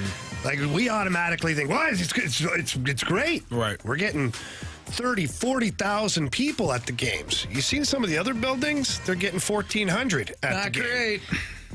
So it's a really good question, and it actually kind of worries me a little bit because some of the other franchises aren't as healthy as the Battlehawks, which, again, like, I don't know enough about this, but does the UFL own all of the franchises, or are the Battlehawks, like, owned by an individual? No, I think the league owns. Okay, so then the league will be fine, I think, and the league should be kissing St. Louis's butt, which is why we got the championship game, because the league knows in order to generate revenue, they're going to fill that stadium, that dome. They're going to fill it. They're praying that the Battlehawks get to the championship game, because then you might get 60,000 in there. You might. But even for the final game, Battlehawk fans will show up in droves. Mm-hmm. Even though the Battlehawks, if they don't make it, they'll still get 25 probably-ish thousand, maybe 30, depending on how well the other teams travel. But I think that's why the Battlehawks are such a coveted franchise, is because they're literally probably putting most of the money in the kitty with what they're doing. Yeah, there's no question. So I looked this up. The UFL has averaged 906,000 viewers per game heading into week 4. The games on all networks are up plus 45% over last year's regular season average across the USFL, and XFL. So more people are watching the UFL than they were a year ago by a 45% clip. Will that continue? I don't know. I am going to say, though, that I'm sold. Yeah, I think that there's going to be enough interest in the UFL moving forward that you're going to have a product for the foreseeable future. I don't know if it's going to be incredibly profitable, but I don't think that it's going to fold in 2 years. You do need the attendance in those other cities to pick up, though. I think that, I don't know if St. Louis can keep or hold the entire organization, the entire league together just because they have such great attendance. If you're getting 5,000 to 7,000 people at a game in Detroit, that's probably not going to be good. Or in San Antonio, you need more fans. You need to generate more interest. And I don't know. I think one way of doing that would be to be able to get some of these guys that are not drafted here coming up this weekend. If you can get a guy to some name brand guys that don't get an opportunity, whether it's drafted or being free agents, if they can add themselves to the league, that can help. But I think the best way to go about it is to get named players, people that are recognizable. And so when that happens, St. Louis is an entity of its own. I don't even count them in terms of the USFL or the UFL or when it was the USFL or XFL, all of that. They are their own entity because they bring people regardless. Fans here are going to show up. That's not really the case in other cities. The problem with that thought, though, Carey, is that any of the big names that are undrafted, they're signing practice roster deals with the NFL. Yeah, that's what I said. But there will be some guys, unfortunately, that don't get that free agent tryout or don't get that, don't get drafted. There are some guys that do have names. Are they really a big name? There are. At times there are. Right. At times there are. It's very rare because the NFL is going to bring in 90 some odd people for training camp. The market. Yeah, they're going to bring in 90 bodies and only keep 53 of them. Uh-huh. So 35 to 40 guys are going to be, but that's not going to be until September where it is off season. Yeah. Which I do like about the UFL is it's offset from the NFL. And I ultimately think that the key to success for the UFL is to somehow, some way have a bigger partnership with the NFL. To where undrafted players, instead of playing on the practice roster, or even they can even be the practice roster guys, but then you can send them down to a team and they play first string minutes in a position. I think that would mean the XFL would have to shift their season. It couldn't be a spring league, in my opinion. If you want to work with the NFL, it has to be coinciding with their season. Because you think it has to be at the exact same time? I think so. Because or exactly after this, they used to have NFL Europe, which would take place after the NFL season. So you could go to NFL Europe and play another 4 or 5 months, and by that time you get ready to come back, it's time for OTAs, mini camps. You didn't get a break. Your body was ripped to shreds by the time you got to that following season. But I think having it so late in the spring, you're having the draft come up. You have a lot of guys that have no interest in playing in the XFL because they're still trying to attain their NFL goals. What if the UFL could pay them? UFL, I keep saying XFL. That's okay. Yeah. What if the UFL could pay them, they need to generate more money, if not more than practice roster? You would need to. How do you generate more money? Well, that's why I'm saying the partnership with the NFL. Yes. So, like the St. Louis Blues have the Springfield Falcons. Mm-hmm. The Blues pay a lot of the salaries for those players down Right. there. The Springfield Falcons are not on the hook for Callie Rosen's $450,000 in the American Right. Hockey League. The Blues are. Right. So if the Dallas Cowboys, for some reason, became the NFL team for the Battlehawks, they could send 4 or 5 players down, but the Cowboys are paying them like a real salary to come down and play and get minutes. I think that would be awesome It would to be actually great. play games and Yeah. not just practice. So that's Yeah. where my brain is with it, but I just don't know how that partnership looks. They also need to get out of cities that already have NFL teams. I agree. They do. Yeah. Like St. Louis is a prime example, a team or a city that lost their NFL team, and people are hungry for some football again. It's been a few years. And they wanted to, and I think it's a combination of wanting to stick it to everybody that Absolutely. said that, St. Louis didn't support the team, which was crap, and we all knew that. But it's a way to show, hey, we're a great sports city. Watch this. But anyway, to Jamie's point, I think if you can have a partnership, I made this point before, when Jordan Love was stuck behind Aaron Rodgers, I realized that the Packers might not want to risk having Jordan Love play games. But if you do have a younger quarterback, instead of maybe Jordan Love's a bad example, but Trey Lance. Trey Lance. Well, what about Zach Wilson? Any Zach quarterback, Wilson. though. I mean, we talked AJ about McCarron's doing it. Yeah. Yeah, but we talked about how bad that offensive line was performing to start off the season. Do you want to put Jordan Love or Zach Wilson, who could be your backup, or Trey Lance, who could be your backup quarterback behind a line that is not going to Tell you protect what I want him him? to do is stop playing in practice. Yeah. I want You game get- reps get for these reps. guys. He ain't going to get hit in practice. He I might know, get but Carey, at broken some up in- point, in the I've made game this by argument guys before. that aren't blocking. NHL guys go down to the minors. They play 80 games in the Yeah. American League or 50 games in the American League, get called up, play 35 or 32 games in the NHL. Like, it's just, I don't say it's just as physical. There is physicality for both sports, and there's risk of injury for both sports. So why can an NHL first-round pick go play in the minors, but an NFL first-round pick can't go play? I don't know. First round is different, but I Okay, think but Anthony, the question applies. I think Jamie, first of all, you and I are on the same page here. I think if you took a third round running back, or I'm sorry, a third round quarterback, and he's buried on the depth chart. Running back, I'm fine with. Why don't you? Offensive line, I'm fine with. Send him to the spring. Receiver, I'm fine no with. quarterbacks. And I'm not fine with a quarterback. I don't care how you draw up the agreement. Yeah. But at least then you're getting young players I who agree might with be a that. part of your future playing real Safety, games. corner, like somebody, as long as you're getting reps, I don't think that's an an offensive lineman would be perfect. No question. A mid to late Yeah. round guy who's a big dude. Development. And you develop him Yep. against other players that are not college anymore. Yep. And then you bring him up after a year or two, and now he's a solid NFL offensive lineman. I'm with you. The product, in theory, the product would also on improve. both sides. 100%. Exactly. Yeah. Not only in the But UFL, but in the also NFL. the NFL. Again, in theory. We just need The Rock to call me. Yeah, at some Dwayne, point, call me. at some point, He texts me every now and then, but he could call me. Be different.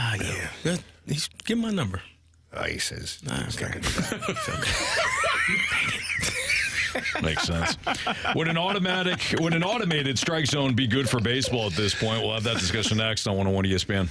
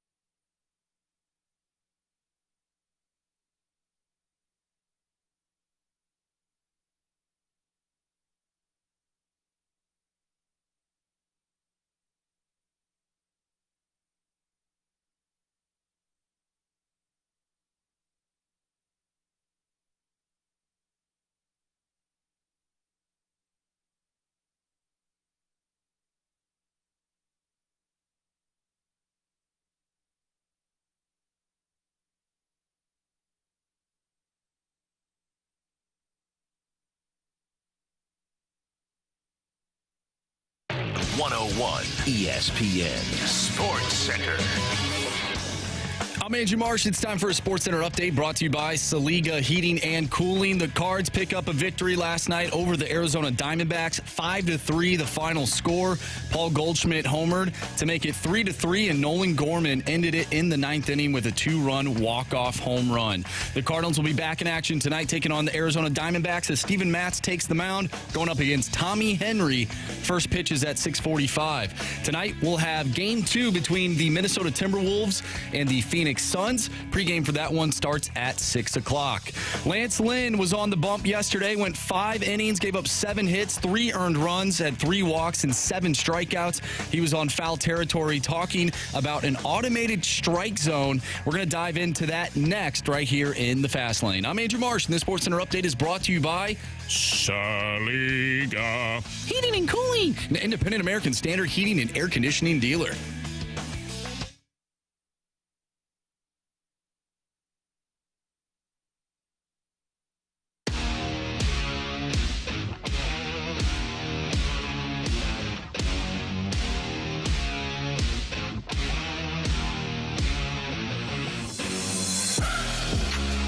It's the Fast Lane on 101 ESPN. Carey Davis, Jamie Rivers, Anthony Stalter. So Lance Lynn was on the podcast Foul Territory, and he was talking about the strike zone and whether or not an automated strike zone would be beneficial for baseball. And there's we're going to listen to Lance Lynn's whole comment. It's interesting throughout, but there's something at the end that I find very intriguing if you are a kind of a diehard or throwback baseball fan. Here's Lance Lynn on Foul Territory, the podcast, talking about the automated strike zone. So I think if you do, if you call it the strike zone what it is, where it's the height-wise is from the kneecap to we're going to the bottom of I don't even know what the true strike zone is anymore because it feels like it changes every year. If you go by the true strike zone and the length of the plate, and that's the strike zone, when a guy's standing up and you measure him, hitters are going to hate it. That's my opinion. I think the high strike will be more effective, and I think that the low strike will, there's going to be times where guys can, manipulate certain corners and stuff like that with where they stand on the rubber and stuff like that. But all in all, if you call the strike zone the way that's written down and you call every corner on every hitter, that's going to be the worst for him, because if you can got a guy that can hit all 4 corners with, let's say a 4-seam, a 2-seam, and a cutter, that's going to be miserable to try to cover on all four corners. So that I think that's that will go in the direction of a guy who actually pitches instead of just throws. So that last part at the end, I really liked. He said instead it could be beneficial for the guy that actually pitches, or it might be a disadvantage for the guy that actually pitches than the guy that's just throwing. And I think we see a lot of throwers right now in Major League Baseball. It's why these guys only last 5 innings or so. Max velocity, here we go, try to hit this, I'm trying to strike everybody out. And somebody like Lance Lynn, who's been in the game a while, certainly Justin Verlander is like the poster child of this, somebody that wants to set you up throughout the course of a game. He wants to get into the 7th, 8th inning, and then he can still go max velocity at the end, but not if he goes max out for the first 3 innings. He's pitching. He's not a thrower. So I thought what Lance Lynn said throughout the entire thing is interesting, but there at the very end, that really caught my attention. There's a couple of things here that I kind of want to get into. I just pulled up MajorLeagueMLB.com, and this is shocking. The official strike zone is it says the top of the shoulders to the top of the uniform pants, and then the lower level of the strike zone is from the belt to the kneecaps. Mm-hmm. So essentially, it's from the kneecaps to like the middle of the nipple area of your body. No umpire. The areola area. Depends how. Yeah. But no umpire in Major League Baseball is calling it like that. No. They're calling it almost like 2 or 3 inches above the belt line to the kneecaps. So Lance Lynn is 100% right. If they expand the strike zone like that, I think pitchers not just throwers, will benefit too, because if you're painting the strike zone up near the armpit area, who the hell is getting a hold of that? Right, call to the letter of the law. Yeah, you're right. There will be an adjustment. They'll just start firing high heat up top. And then you go low and away. And like the hitter is going to have a really hard time with it. Mm-hmm. So it's wild because, like, I know why this comes up all the time. You watch guys like Angel Hernandez, and he's not alone, but he's certainly the most popular one when it comes to this. I watched a game where he called, I think it was 18 strikes that were not strikes. 18 of them in one game. That's ridiculous. Like, think about that. Like, Matt, that's like missing 18 pass interferences in one game, or 18 trippings in a hockey game, or whatever it is, whatever you draw your comparable to. So that they have to do a better job of either finding umpires who have better percentage rates. If they want to really make this serious, don't put every guy behind the plate. They don't rotate them. If Angel Hernandez is better at second base, stay at second base. Yeah. The percentages of his missed calls are the best. So the least amount of mistakes. Well, he's at second base. He's a second base umpire all the time. Yeah. And if your home plate guy is got a 85% or 90% like correct percentage, he stays behind home plate. But if they go to this automated strike zone and they do it to the letter of the law, the offense is going to dip. And I don't know 100%. If baseball wants that. Right. That's what I was going to say. I don't think you have the letter of the law because, as you just heard Lance Lynn say, batters are going to hate it. They're not going to be able to hit the ball. The ball is going to be a strike in multiple areas instead of exactly or have an idea of the strike zone and knowing where the balls and strikes are. If you can throw one under my armpit and it's considered a strike in that area, then we're going to have a problem, and that's going to bring the numbers down. They've done so much. Speaking of the Major League Baseball has done so much to bring scoring, running, athleticism. They ban the shift. They make the bases bigger. They want more offense for that reason, and that's why those changes were made. So if you have this strike zone that is up as high as can be and as low as can be, you're not going to have many hits. It's going to be much harder on the batters, and pitchers will have much more success. Just think of a lot of the young players, Anthony. Yeah. Look at the Nolan Gormans, even the Jordan Walkers of the world. They get exposed with the high heat because they can't lay off. They can't help themselves but to chase it. And sometimes when they lay off, it's called a ball. But it's really, in the letter of the law, it would be a strike. Sure. So imagine for all hitters, it would be a challenge. But for the young hitters coming in, that's a good point. Where that pitcher is able to paint the top of the strike zone. That's an issue. You're not hitting it. There's no way. Yeah, we just saw that with Gorman on Friday night against Freddie Peralta. Maybe they change. Maybe they shrink the strike zone if it goes to automated. Yeah. I don't know. Yeah, they'd have to adjust. Because you're right. I mean, if the pitchers would know all of a sudden that there are certain areas of the strike zone now that cheat code. Yeah, exactly. So as long as you don't miss, now you could miss. If you don't have command, you could go middle real quick if you're trying to go up top. But it's still, like you said, it's still a cheat code. Would that affect, like, if players, let's say players want to manipulate the strike zone, let's say they crouch a little bit more, like, do you think that could be an issue if players are sort of trying to cheat the system? Yeah, but I don't know if that's so. If it matters. That's not the case. Okay, the strike zone is the strike zone, right? And if a guy's like, I know what you're saying. If a guy's like 5'7" and a guy's 6'7", obviously the strike zone is going to vary. I think Major League Baseball will just incorporate, the square box to what it is, right? And this is the average of all the players. Like it's not hard to punch it into a computer and be like, what's the average height? I do think it does matter because if you have Jose Altuve versus Aaron Judge, like those strike zones are going to be drastically like different. Henry Rowan Gardner when he steps in, it's going to be a huge problem. So the fact that we're talking about it within 7 minutes of this segment means Major League Baseball will probably talk about it extensively before they do it. Probably not. Rob Manfred's like, what's the problem? That's a good Let's point. go. By the way, Henry Rowan, I believe he worked a walk. He did. He had no strike zone. He got so low he couldn't get the strike zone. Yeah. I mean, So they should just pitched at him then. give him first base anyways, but send a message to the kid. You want to throw at him? Yeah. I think they kind of did. He's playing the majors, Kerry. Yeah, but he's a child. Okay, so you're playing against the Ravens. His arm? The Ravens hand off to a 12-year-old. How you getting smoked? That's right. See what I'm saying? Thank you. Come on here, kid. Polishing up your halo over there. Who the hell are you kidding? Like Barry. Yeah. New movie. I don't think so. It's Fast Lane on 101 ESPN. Identifying what each team needs at the NFL draft, or at least some of those teams. We'll get into those next on 101 ESPN.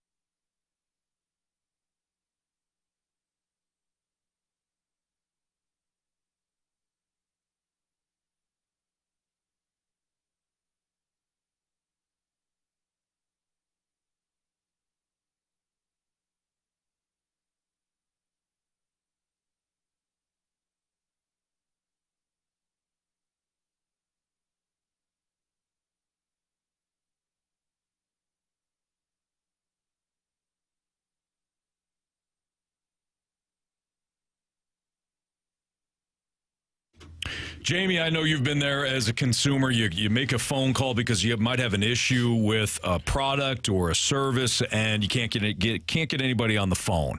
It's press 1, press 2, press 3. You're on hold 45 minutes. You listen to the stupid music, and all you're doing is you're frustrated, and you still don't have your question answered. Now with our guy Stewie from Stewart's American Mortgage Corporation, when you're talking about Stewie and handing out his personal cell phone number, he wants you to call. You can text him day or night. Doesn't matter if you got a question about whether or not you should, a question about rates, refinancing, debt consolidation. Stewie will get back to you.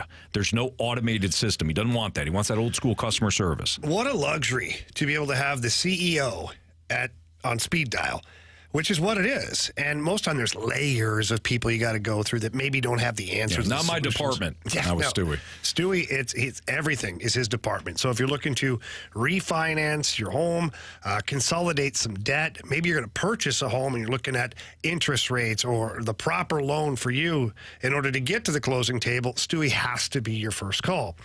And the best part is it's his own cell phone number. That number is 314-324-4440. Again, 314-324-4440. Call him, text him, whatever it is. Tell him that you heard him on the fast lane. He loves talking to 101 ESPN listeners. And Anthony, if you can't remember the number, what can you do? You can always Google the Bagel Loan.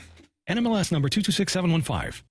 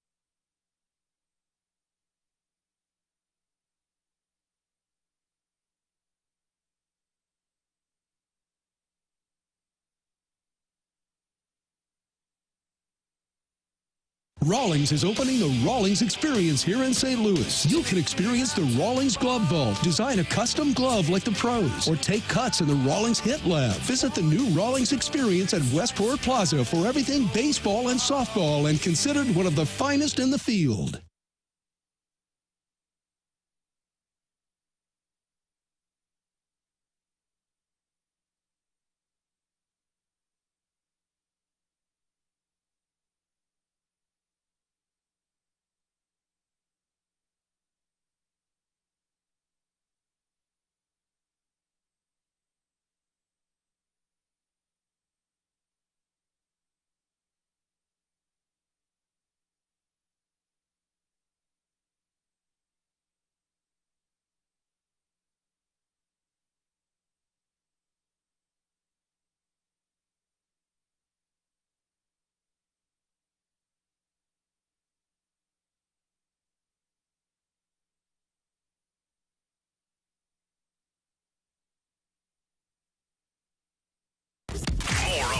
you want to hear. Sports. This is the Fast Lane, broadcasting live from the Car Shield studio on 101 ESPN.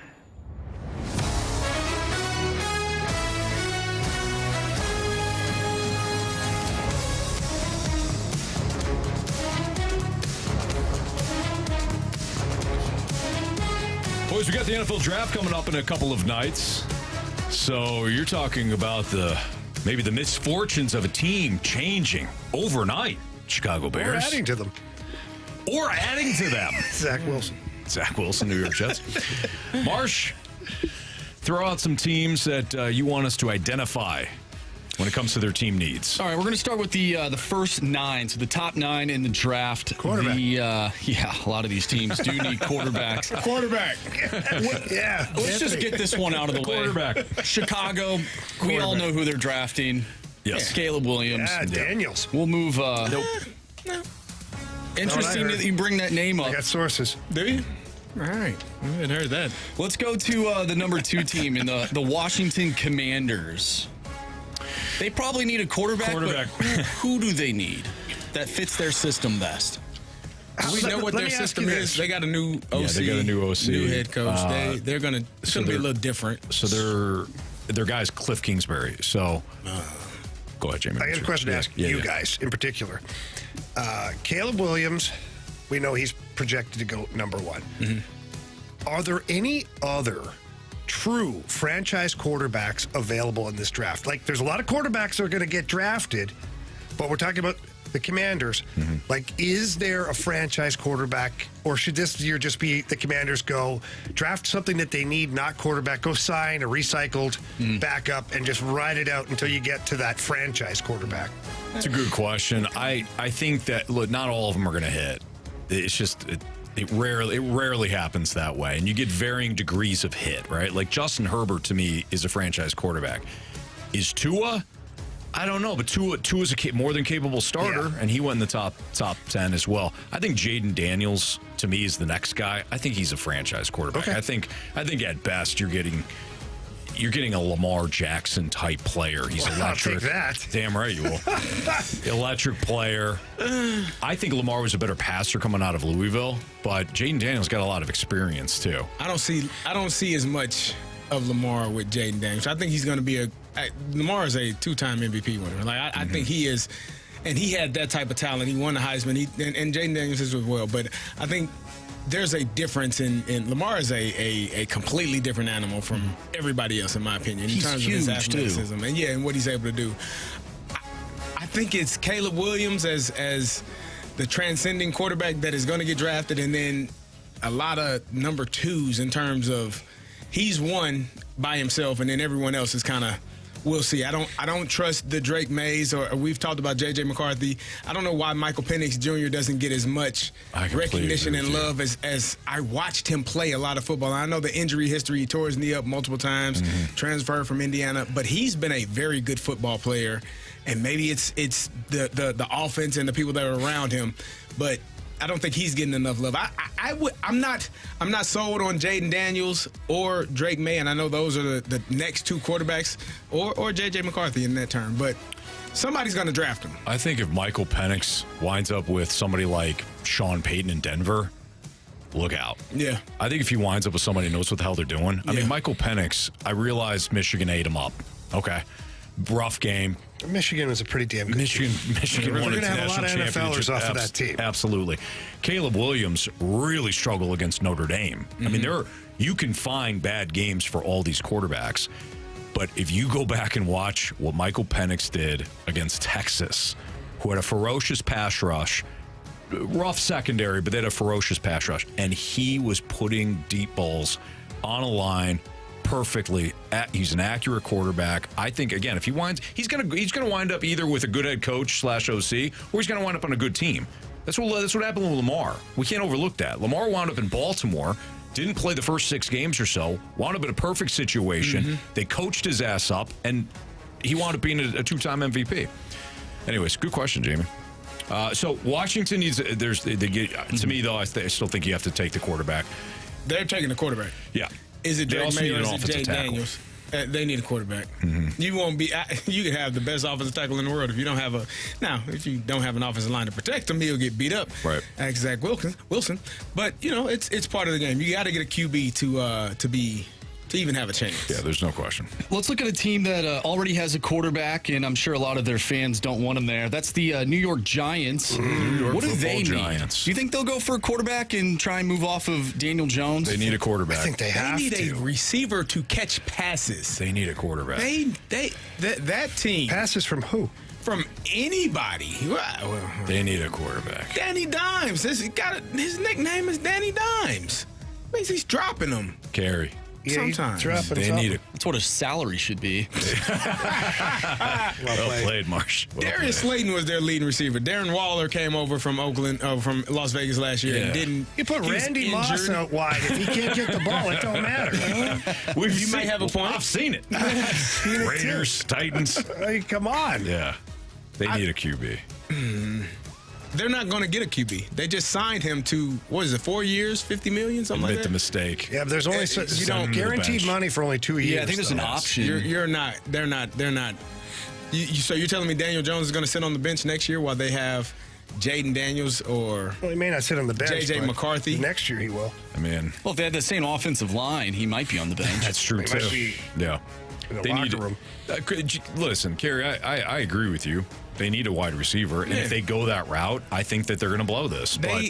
And they'll probably they're going to get if they sit and pick at 6, they will absolutely get a stud receiver. It's either going to be Marvin Harrison Jr., Malik Neighbors, or Roma Dunze. Yeah. They're going to get one of those guys if they sit and pick, and it will be a very good wide receiver prospect. And that wide receiver is going to be frustrated because nothing else works. Jones is on his back. Yes. Looking up at the sky. They need an offensive tackle. They need a quarterback, an offensive tackle, and a receiver in that order. If you're picking in the top 10, you probably got a lot of needs. Absolutely. Yeah, true enough. Absolutely. One of those other teams is Anthony's favorite team, the Atlanta Falcons. Now, they usually go for skill players, but it looks like they might not need any more skill players. Anthony, Not to them. what do you think? What are they going to do? You know, I often say that you only got one football, right? But they, I think, subscribe to the Detroit Lions model. No, not the model now where they're winning games. The previous model where they only took wide receivers and nothing else. So they'll probably take one of the wide receivers. What they need is an edge rusher because they have been bottom 2 in sacks over the last, I don't know, 30 years. So That's a lot. They need a pass rusher. They could also use a corner. But to me, you can find corners, 2nd round, 3rd round, and they can be starters. Edge rushers typically, find a stud edge rusher, whether it's Dallas Turner or the kid from UCLA, who apparently has got a neck issue. Yeah, It's not great. Stay away from that. Yeah, you don't want to. They'll probably take You him. come in with a neck issue, that is. He is a stud, don't get me wrong, concerning. but you're playing For how football and you long? got a neck. Right. Yeah. Got a neck Just get problem. him one of those big neck rolls like they used to. Those don't even help. What? They Clearly. don't do anything. They look goofy as hell. They They didn't don't help. do anything. It's funny about that. I've often wondered. I'm like, that thing. how does that- I had a neck roll in high school. It doesn't stop your damn neck from going back, man. I don't know. Hell no. Why are you yelling It's at just me? I there. never It wore- looks I never good. wore one. the cowboy, look good. cowboy collar. Like there's a Brian guy- Cox had the one that was the board. Yeah. It doesn't. Van Der Esch, he's not even playing anymore. Because he There got you go. neck problems. He has a neck- and he had the neck Don't stop roll. nothing. Doesn't stop anything. It's just there. Yeah. I think you just use a pool noodle. Put it back there. That might, if you put it up closer, maybe it might have a little more luck. Get one of those things that you put behind your neck when you go on an airplane. That's right. Hello, yeah. Might work Blow better. up toilet seat. All right, let's do one more here. Do you guys want to talk about the Tennessee Titans or the New York Tennessee? Jets? The Titans need offensive line out. If Titans are they gonna have stink. got to go with Joe Alt if he slips to them. Joe Alt is the kid out of Notre Dame. So to me, Titans they got to Another beef up quarterback their for them? offensive line. Wouldn't be a bad idea. Throw another one in the hopper. Wouldn't be a bad idea. My goodness. You didn't want to go with your Vikings, Marshy? What do they need? They need a J.J. McCarthy. baby. Hey. We'll get to them. We'll get to them later. We still have right. other teams to get to in these next couple of days. The New York Football Jets absolutely need an offensive lineman. Yeah, So- to protect their dark room quarterback. Yeah, get hurt. or the backup. No offensive line could have helped his Achilles tendon. No. It would have helped if he didn't have to run for his life. He got sacked on 3 of the 4 plays. He got rushed He's holding on on to the 3 ball of the too 4 long, Carey. plays. He honestly did on that one. He held on to the ball too long? He knew he had to get that out. Where was he going to go with it? The defender was back there. If you're the QB in that spot, that was a 3-step. If I'm remembering correctly, I think that was 3-step. Get the ball out. You know what that requires? There's no backside. Somebody got to get open. Well, he thought he was still. He thought he still had the American flag in his hand. He was running around. All right, we need a new Gauntlet contestant. So if you want to play in the Gauntlet, you can 314-399-9646. Text in the word Gauntlet. You have an opportunity to play one of us next in the Fast Lane.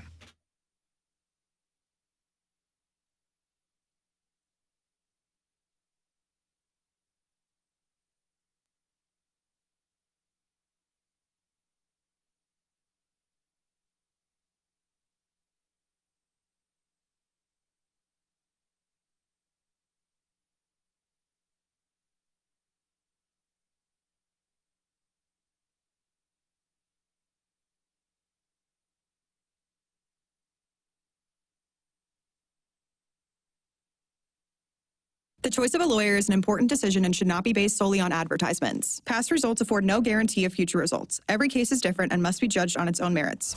At Onder Law, we deliver big judgments for the little guy. We've negotiated over $5 billion in settlements. Onder Law takes on the biggest industries and holds them accountable. We've won millions for victims of truck accidents, drunk driving crashes, and workers' compensation. Call Onder Law, 314 or 618-9-million. That's 314 or 618-9, all zeros.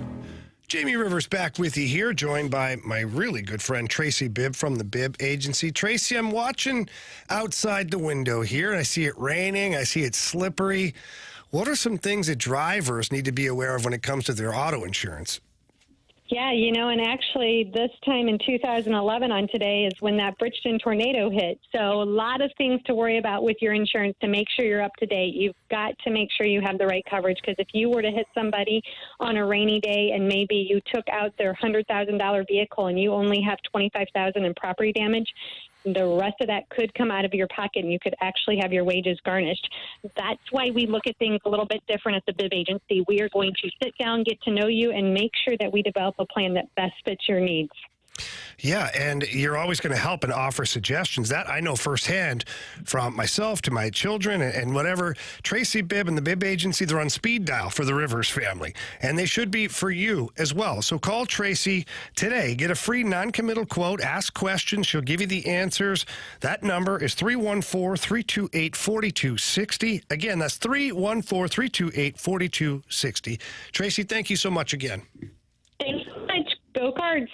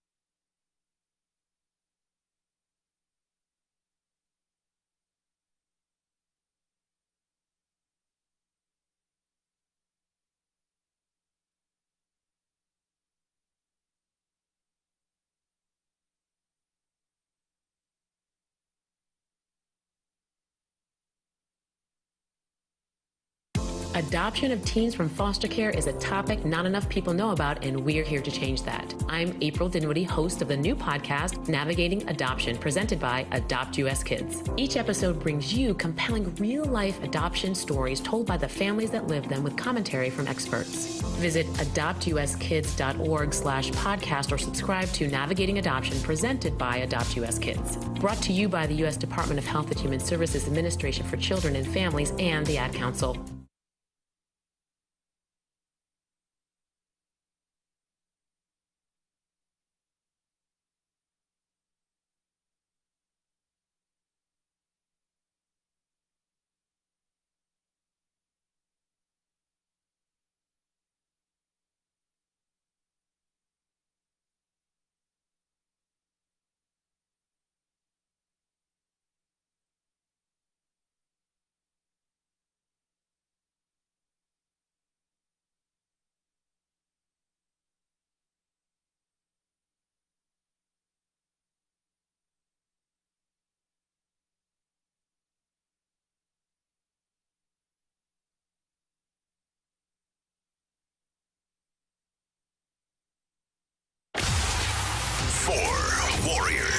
4 categories, 1 challenger. Can you master the Gauntlet? The Gauntlet is powered by Master, your hometown source for business communications for more than 30 years. Visit mastor.com.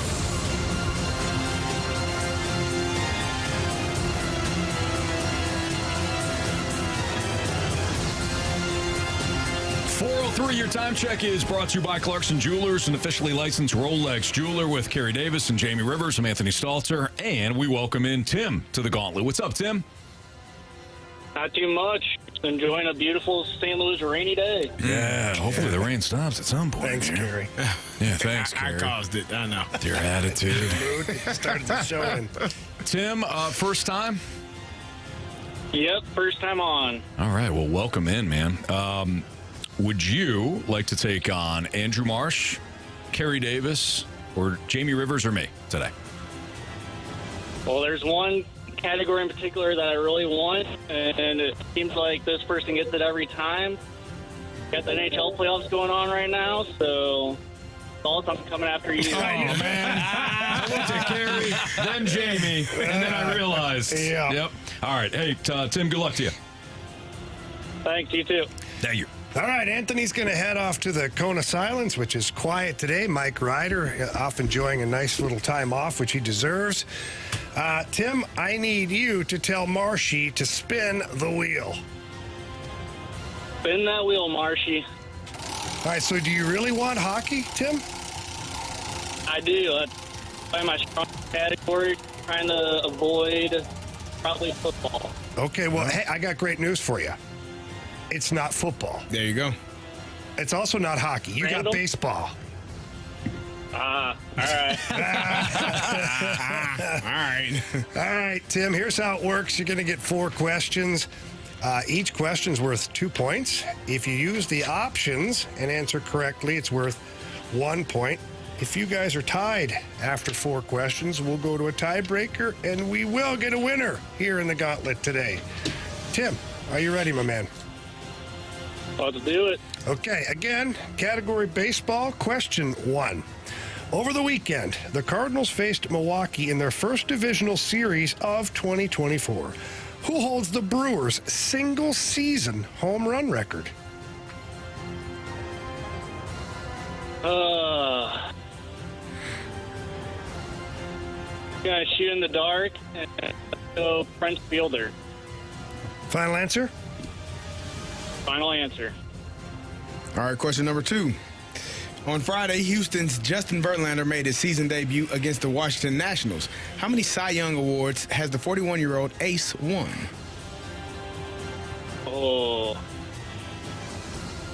He's been in the league a while. I'm going to take the options on this one. Is it 3, 4, or 5?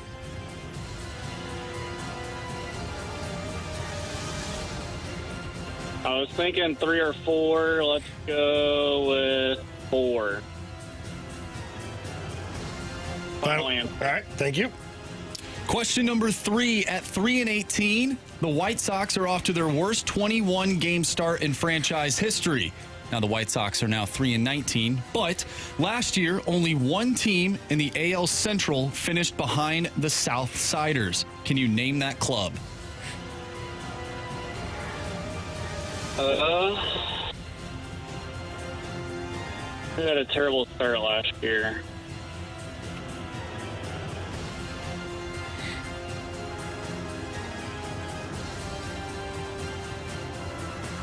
I'm going to shoot my shot on this one. I believe it was Seattle.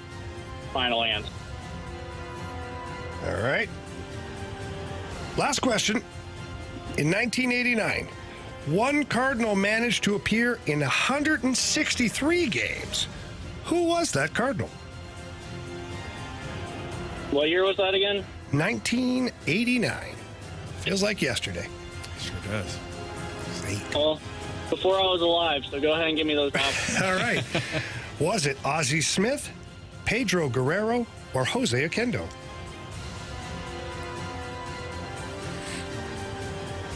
I mean, I feel like you gotta go with Mr. STL, Ozzie Smith. Final answer. All right. Thank you. All right, let's get Anthony back in here. He's falling asleep in there. Can't allow that. No. Wake up. Yeah. It's not Got like work he's- to do. Not like he's Hey, really there's doing more anything tired today. It is for me. All right, Anthony's coming back into the studio. So we'll get a chance to talk with Anthony here. Anthony, how was the cone of silence apart from just being lonely? Yeah, that was it. You know, no Mike Ryder here. Yeah. I think he's on vacation or something. Yeah, he's well deserved. It's tough in there. All right. You okay? No music, no nothing. But you know what? Just like Aaron Rodgers, I feel locked in now after going into the darkness. I noticed that in there. It was a little weird. Yeah. Yeah. You were definitely dialed in. Yeah, certainly. Marshy, Thanks, you want guys. to tell him? Pack a lunch. Even though I don't know if you can eat in the darkness. He's out I think now. you're you can allowed to see It depends. Yeah, it depends that's a on good question. if you're Aaron Rodgers, you know. Gotcha. So, Maybe you're Can you fasting. see what you're eating? I don't know. Something Well, that's more you're a lot like provocative him, that so way. right? Like Aaron Rodgers? Yeah. Super Bowl winner, Sure. multiple MVP. Yep. Yeah, that's Good it, Anthony. spin.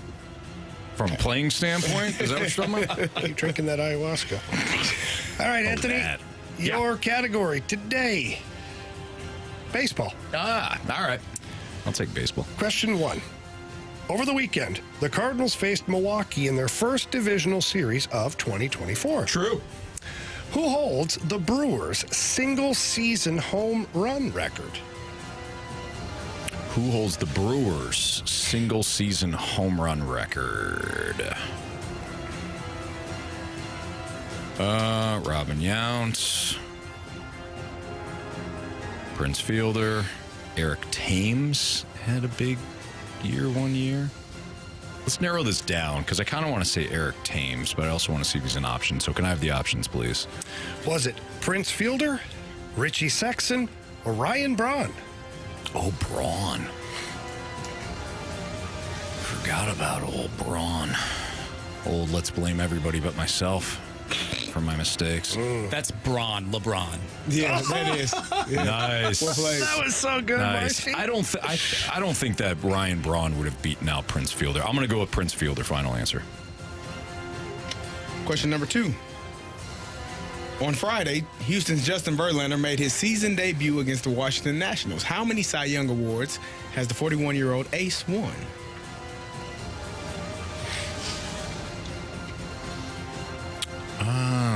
That's best pitcher, Anthony. Thank you, Jamie. You're welcome. Thanks for that. In case he was wondering. Yeah. It's multiple. In between two or three. I'll take the options, though. Is it 3, 4, or 5? I'm glad I asked. I'll go with 3. Final answer.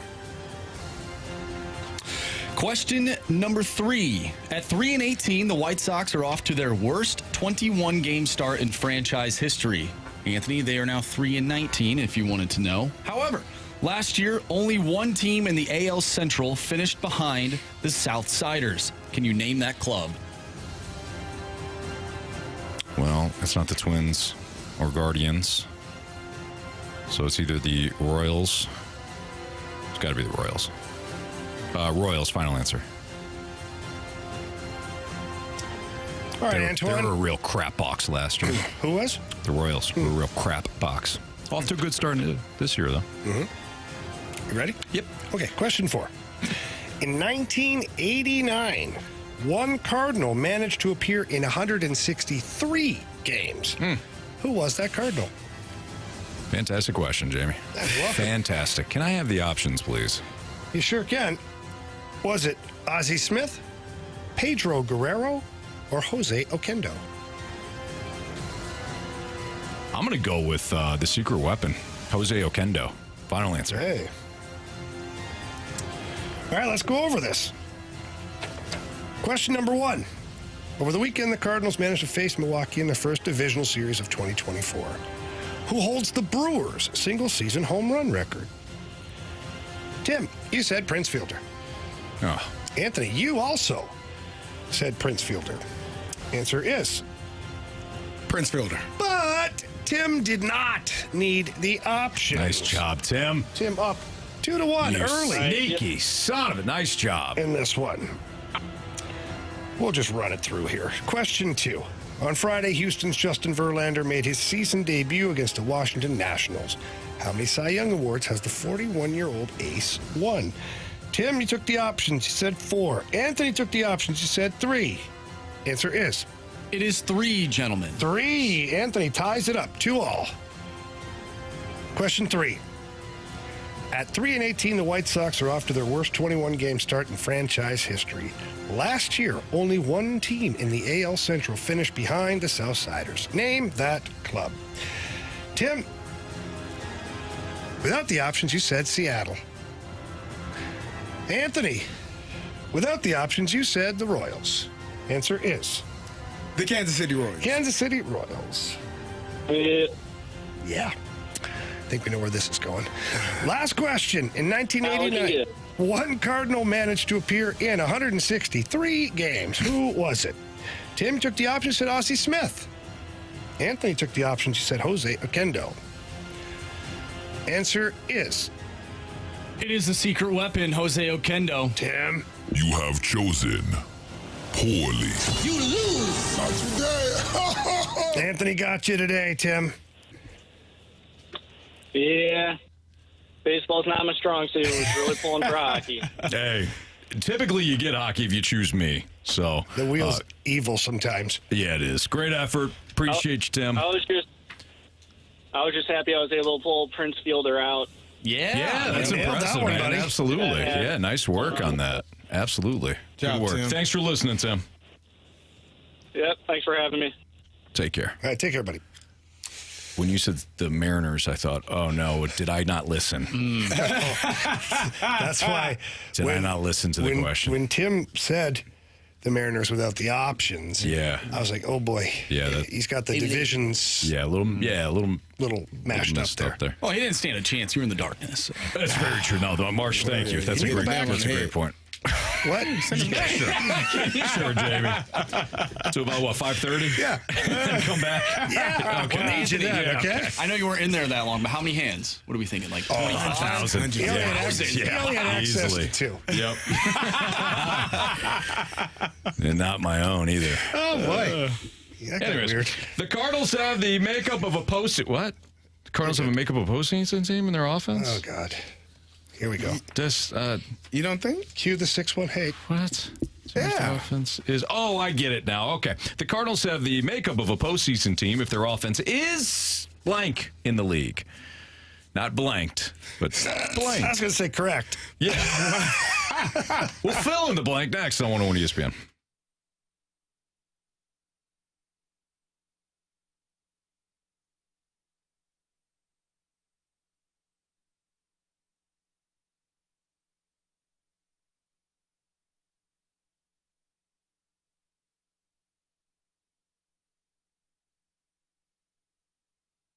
Ooh, we are seeing some action in the NBA. We got some guys that are a little upset with the officiating. I mean, at least one. Either way, it's a lot of fun to watch, and it's a lot more fun to play using FanDuel. And FanDuel, Carey, does an amazing job at hooking up new customers. And right now, all you have to do as a new customer is place a $5 bet, and you get $150 in bonus bets, win or lose, to use during this NBA playoff season. Yeah, Jamie, you can bet on 3-pointers made in a game, over, under, and point totals for a game, the first basket score, and so much more. Phoenix trying to tie up that series with the Minnesota Timberwolves. I don't know, maybe you want to take over for KD in points because they got beat last game. See if they're able to rebound and get back to it. There you go. Simple pick. That's Carey's selection. What's yours? You can play at FanDuel. FanDuel.com/fast to get started. Again, that's FanDuel.com/fast to get started with FanDuel, the official sports betting partner of the NBA. Must be 21 or older and present in Illinois. First online real money wager only. $10 first deposit required. Bonus edition is not withdrawable bonus bets that expire 7 days after receipt. See terms at sportsbook.fanduel.com. Gambling problem? Call 1-800-GAMBLER.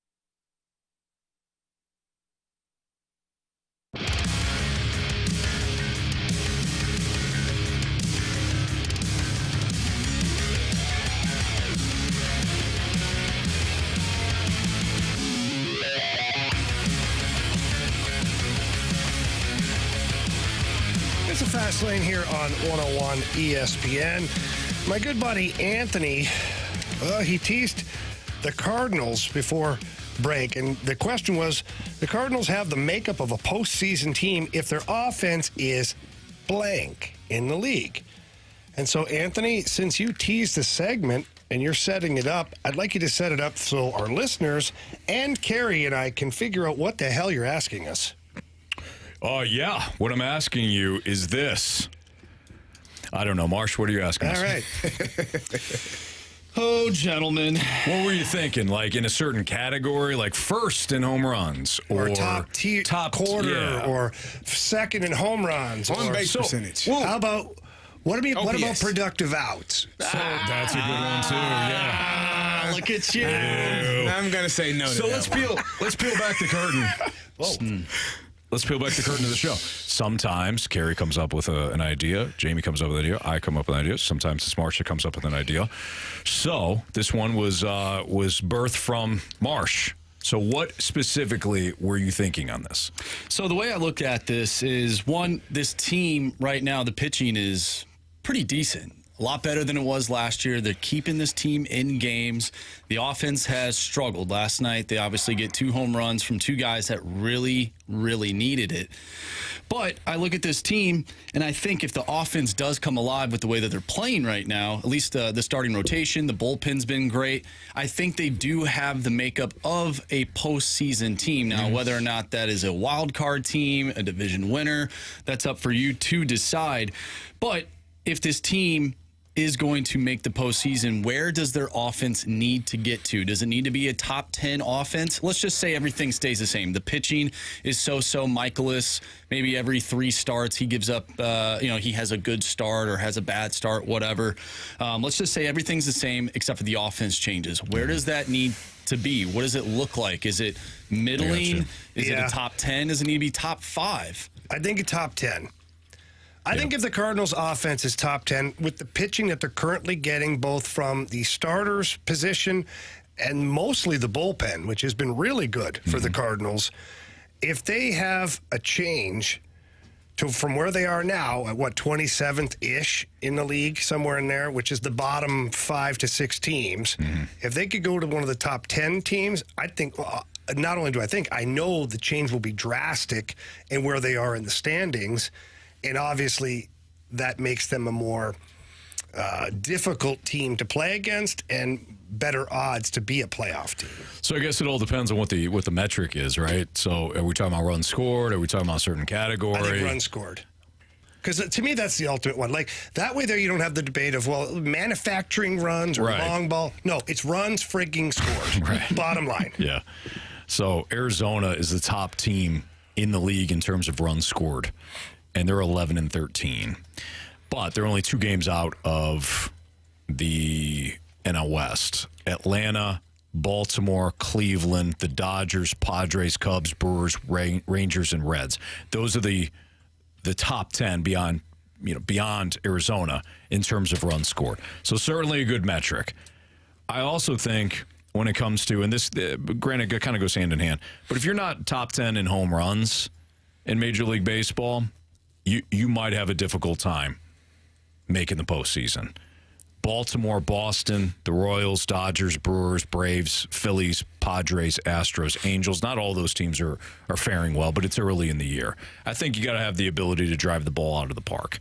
If you can manufacture runs, fantastic, but they're not doing a good enough job as of right now. Did last night, but Carey at a WRC plus of 84, that's 5th that's 5th worst in the league. Yeah, right now they are bottom 3rd in a lot of categories. Talked about runs, 25th in Major League Baseball. OPS 26th in Major League Baseball. Getting on base percentage, they're 24th. So you're at the bottom 3rd of Major League Baseball. You're not going to score many runs. You're not going to have much success when you aren't hitting the ball or getting on base. Now, last night, again, you all told me I was gloom and doom like outside because they got on base with 3 runners, but that was aided by Fott walking. Carey, you're 3 still on batters. That was a terrible take there. Buddy, it was 2.5 hours ago. It wasn't. What's Brandon Fott's wrong with you? Brandon Fott walked 3 guys and they got on base. Brandon Fott in the 6th inning. Allowed him to get on base. Who did that? We are so childish. Grow up, guys. Jamie Rivers of the Boston Bruins. Yeah. Jamie Rivers. Who fatted? Oh boy. In the 6th inning, he did. He did not take care of business, and they got on base, and that is what is going to aid them in having success. But all I was trying to explain earlier when you all attacked me is that I don't know. You're a victim. In this situation, Poor little old Carey. Yeah, can't handle himself. in this situation, it was aided by poor pitching in that circumstance. They're going to have to find ways to get on base and manufacture runs themselves. I don't think you're going to be depending on a pitcher to walk 3 batters and then Lars Newbar or anyone else drive in too. I think that's going to be a reach. So finding ways to get on base consistently, finding ways to drive in those runners consistently, and if they are able to do that, if they can flip this from being bottom third to being top third, then yeah, they'll have a chance to be a playoff team, because you're right, the pitching is. We thought that the pitching was going to be the problem coming into the season. And it's still early, but a lot of hits that were given up last year, a lot of home runs that were given up by these pitchers last year. So your concern was, is it going to be more of the same? They have been really, really good thus far. And so if that continues and the hitting starts to come around, you can have a chance. Let me ask you both a quick question regarding this team. So let's just pretend that the offense turns around and they end up in that top third, like you said. Mm-hmm. Do you still believe that this rotation is good enough, not just to make them a playoff team, but to actually do anything of significance? No, that's what Marshy said yesterday. He thinks once the hitters start hitting, the pitchers are going to start stinking. Well, okay, but it's quite possible. But I mean, just from just outside looking in, like we talk about, the rotation hasn't been bad, and they've been okay. They've had a couple of major blow-ups, first of all. But second of all, let's say the offense does get to that top part of the league. Are they still a contender, or are they just a contender for a playoff spot? So that's a good question. Here's how I would answer that on April 23rd. Okay, I'm not going to dive back into previous years. I'm just going to take what I've seen thus far and do a comparison to around the league. Here's how I'd answer that question. The pitching has been better than expected, but I don't know if it's good yet. I know Sonny Gray is good. I know Steven Matz is off to a really good start. There's been some blow up moments. Miles Michaelis is once again inconsistent. Kyle Gibson's had some good starts and some really bad starts. So overall, I think the starting rotation, the best thing I can say about that, better than expected. I think the bullpen. This is a team that can shorten games because of its bullpen. I think the bullpen's been great. For how long? Exactly. The offense, well below average. I don't care what metric you use. If you want to go with a batting average, home runs, WRC plus, on base, OPS, they're terrible. The offense is that of a team that should be below average overall in the standings. So that's how again, do I think Goldschmidt's going to hit 200 for the rest of the year? Absolutely not. But I'm telling you what I'm seeing right now as a team, the pitching has been slightly above average. The bullpen has been great. The defense has been great.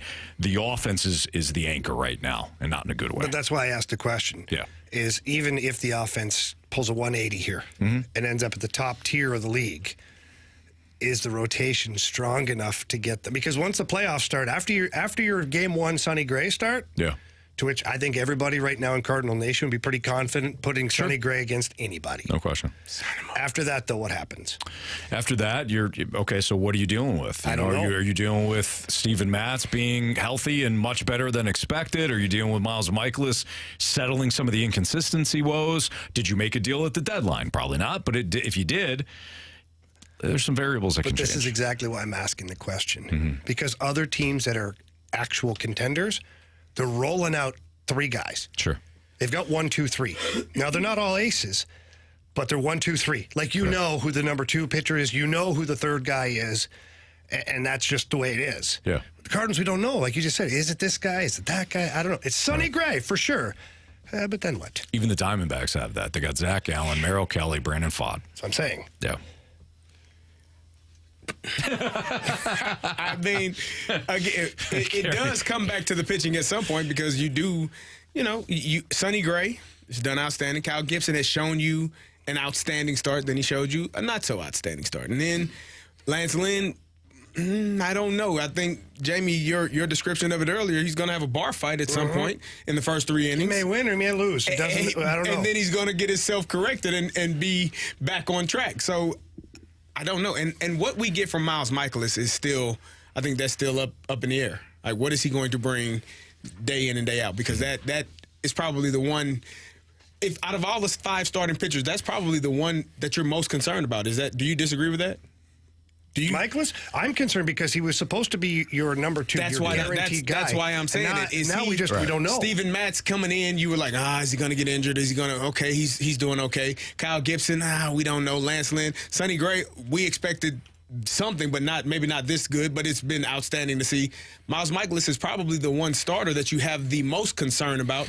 And coming into the season, you thought he was your number 2. Mm-hmm. So, again, I don't know where we are or how long this is sustainable. Yeah. But I hope it is sustainable all season long. It's Fastlane on 101 ESPN. We've got NFL 4 Downs next.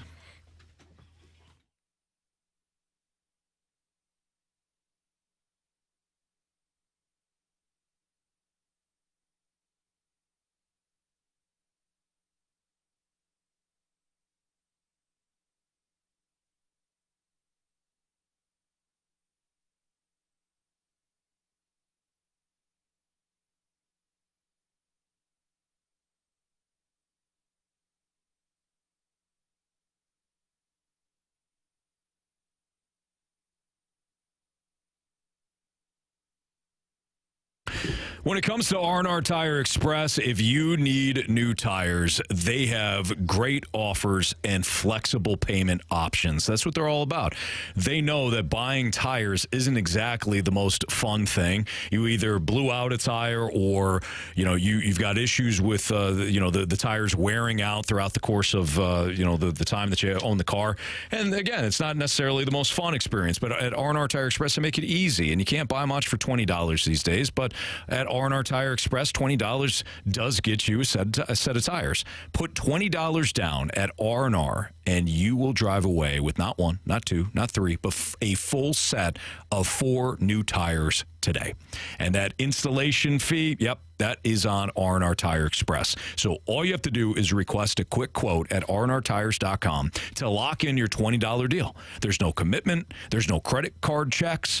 There's no worries. Not with R&R Tire Express. They offer flexible weekly, bi-weekly, and monthly payment options based on your budget. Plus, you'll secure that peace of mind coverage that includes free tire rotations, free flat repair, and more. You're $20 away from hitting the road on reliable tires. So don't wait. Head to rnrtires.com, request a quick quote. You can also call them at 1-833-ROLL-NOW, and you can get started today. Again, it's R&R Tire Express and rnrtires.com.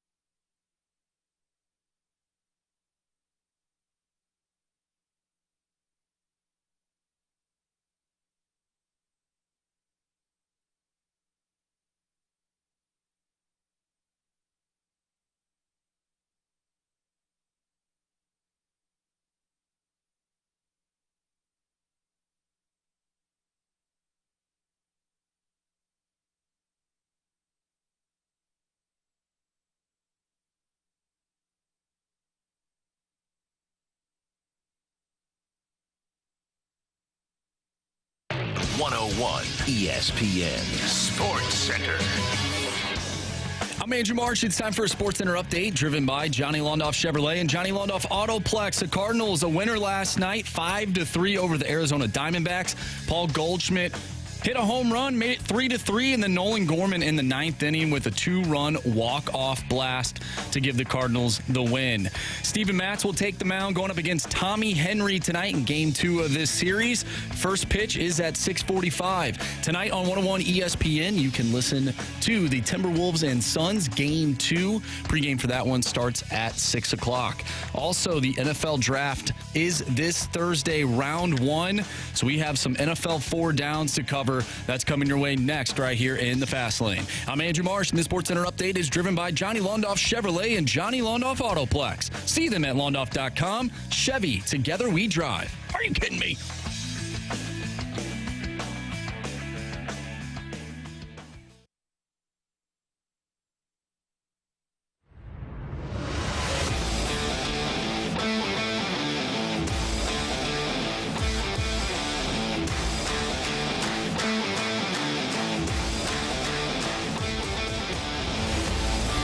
It's the Fast Lane on 101 ESPN with Carey Davis and Jamie Rivers. I'm Anthony Stalter. Andrew Marsh has our NFL 4 downs. First down. All right, gentlemen, the NFL Draft. It really starts at pick number 2, as we sort of discussed earlier. I can't imagine the Bears not selecting Caleb Williams. So the Commanders are on the clock. Do you think they're most or more likely to select Jaden Daniels out of LSU or Drake May out of North Carolina?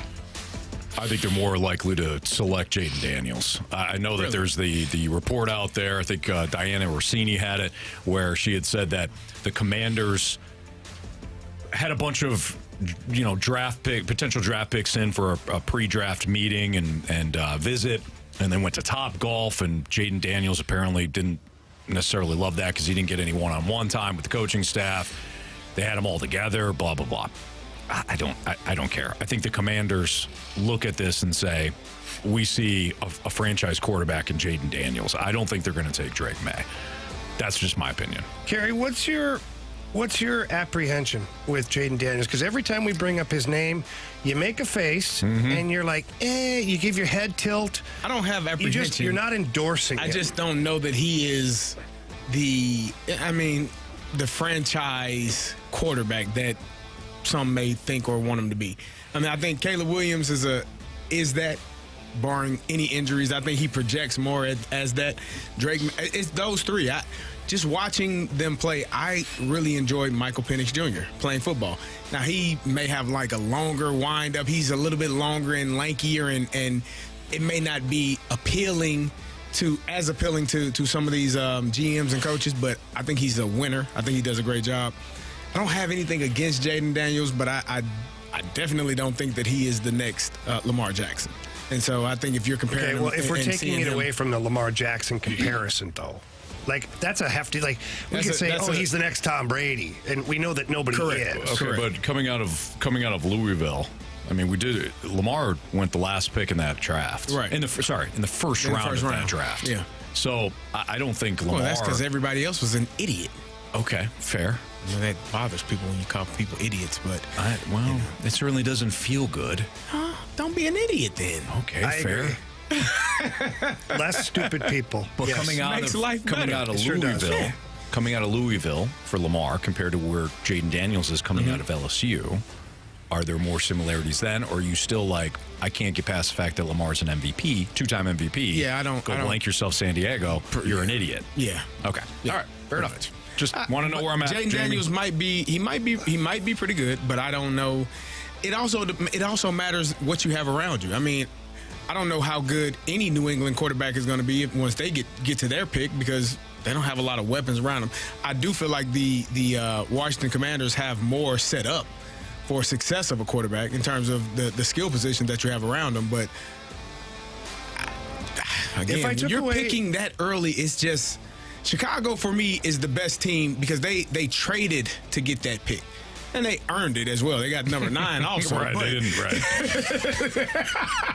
They earned the number 9 pick. Yeah. But they are, in my opinion, better set up. They made moves this offseason. You add Keenan Allen, and you already have DJ Moore. You got a running back. And they feel like a team that is more ready to win, and getting the young quarterback, and on a rookie salary, they're going to have an opportunity to be really successful. I don't feel that way about when I watched the Washington Commanders. I could have went to sleep at times, and it wasn't just because of poor quarterback play.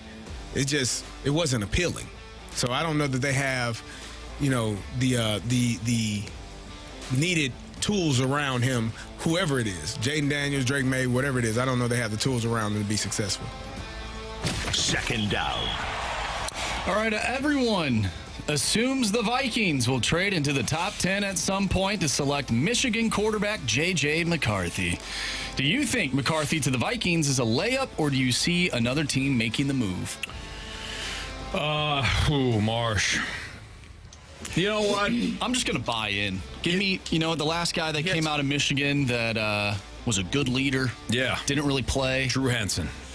Yeah, not that one. I'm not thinking of him. I'm thinking of a different guy. John DeVar. Yeah, but that guy went in the 6th. I'm just trying to pump myself up here. Guys, Marsh is right. Brian Greasy. There you go. That's not who I'm talking about. Had a good career. It's not who I'm thinking of. Yeah. I don't know. I mean, he won the national championship. So yeah, he did. You got that going. Do we really know how good he is or not ran good? the damn football, man. They handed the ball off to Blake Corum and Donovan damn Edwards and ran the ball. Right. He hates That's on the why. running game No, so much. I'm not hating. I'm saying that's how they won the games. It wasn't because J.J. McCarthy. 67% completion rate under pressure. Oh, man. I was reading that this morning. That's wonderful. 67%. You know what? You know why? You know why? The NCAA. You want to know why? You want to know why? Off under pressure. You want to know why? Why? This is easier when you got a damn good running game behind you. got Makes Aaron life Jones. Yeah, but he's easier. passing the ball, Carey. Yeah, life is easier when you can run the football. There you go. So is it going to be a Viking or not? He'll be a Viking. He's going to be a Viking. Yep. Yeah, but They got Aaron Jones. Yep. He'll be a Viking. I say this. I don't think it's them. Because everybody's got them going to. First of all, none of us are right about any of this stuff. Okay, so if everybody is lined up on the Vikings, moving up to get J.J. McCarthy, then Giants give me the are going to Broncos take him at 6, or the Giants. Yeah, like who's the team that just doesn't know what they're doing? How much time have you got? I feel like there's a lot of teams that are in the top 10 that don't know what they're doing. Raiders, That's why they're there. That's fair. I don't know. I think the Broncos move up and get them. Why? It's not going to. I'm just going to pick a team. It's not going to be the Vikings. All right. The Vikings aren't even going to take a quarterback. Whoever they take, I'm probably going to be mad about Who is it. the Vikings quarterback? Is it still It's Joshua Minecraft Dobbs? head. It's Sam Darnold. Sam Darnold. Oh, It is. That's their I guy. said NCAA. I meant NASA for Joshua Dobbs. Oh, yeah. He's a rocket Little dauber scientist. there. That only lasted a Rocket few scientist. weeks. Well, once you got done playing Atlanta, it was all downhill from there. Yeah. Boy, I don't feel good. I don't think any of us feel good right now. All right, third down here. We'll go quick. The total number of quarterbacks selected in round 1 has been set at 4.5. Do you like the over or under? Oh, give me the over. So we got 4.5. So we got Caleb. We've got Drake May, Jaden Daniels, J.J. McCarthy, and I think Michael Penix goes. Jr. I don't think Bo Nix goes. I think Michael Penix goes. I think they all Give me the go. over. I think 6 of them go. So you think Bo Nix goes too? Yep. I said I'll go over. I feel at times when I watch the NFL draft that I don't know football enough. Because Bo Nix doesn't strike me as a first-round quarterback. Oh, I'm with you. Somebody's going to say J.J. McCarthy doesn't strike me as a first-round quarterback. Maybe I'm missing something. I can only go off of what I saw on film. I don't feel like J.J. McCarthy is an elite. I think he's extremely talented. I felt like he was going to take the starting quarterback spot from the kid that was there before at Michigan, because there was a difference when he came into the games. Yeah. But then that kind of just it became stagnant, and there was no elevating of his game specifically. So when I watch the draft and I hear all these people, prognosticating and telling me who's going to be where and why, and I feel like I don't know football. You do, though. I don't know. Thank you. It's Fastlane on 101 ESPN. Oh, you don't get the fourth down? Oh, I thought we were on fourth down. No. Fourth down. Attention. This is. Well, I scored on Mizzou- This isn't Canadian That's why Mizzou football. didn't score. That's why they allowed. They gave. I don't blame you. It's a hell of a game. Listen, Paying attention to the sticks. Listen, we score on third down mostly, so we never get to fourth. Third down. Anyways, fourth down here. Which team is most likely to botch its first-round pick on Thursday night? Oh, Falcons will take a receiver. Sounds good. Oh, I hope not. For your sanity. They will. For your sanity, I hope not. They will. And you know what? They will get Carey. They will draw rave reviews. I don't want to hear him. They will draw take receivers in the first and second. They will. They will. And everybody's like, you don't like a Dunze. It's got nothing to do with a Dunze or Malik Neighbors or Marvin Harrison Jr. It has everything to do with the fact that Terry Fontenot thinks he's playing fantasy football. And he'll get rewarded for it, too. Everybody's like, they golf clap him. Wow, that team's going to be unstoppable. Not without a pass rush. So they'll take a receiver. Or the Giants. They'll screw it up, too. Yeah, possibly. Or let's be honest, the Bears. I mean, Bears will take J.J. McCarthy. Yeah, probably. All right. Could Jim Montgomery's playoff decisions be a turn off for the Blues? We'll get into that next on 101 ESPN.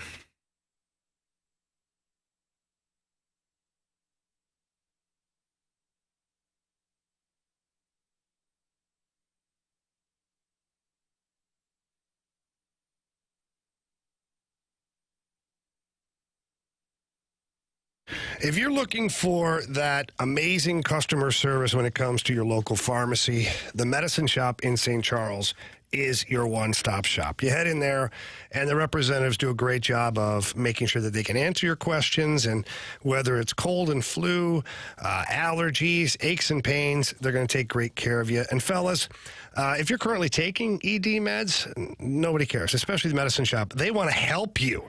They are your destination for cheap ED meds. They got a generic called Sildenafil for less than $2 a pill, prescription required, but don't worry about that little blue pill or the gummy thing. No, Sildenafil, less than $2 a pill. They also have a fantastic program that offers free discreet shipping and delivery to your home or your workplace. That's for medicines that you take on a regular basis. Whether it's just busy schedules for yourself, maybe you travel a lot, maybe the kids have a lot of extracurriculars, you just can't seem to get to the pharmacy, don't worry. The Medicine Shop in St. Charles will come to you. I take full advantage of that service, and I absolutely love it. The representatives are fantastic to deal with. So please go visit all my friends at the Medicine Shop in St. Charles. If not, at least visit the website at stcharles.pharmacy. That's stcharles.pharmacy.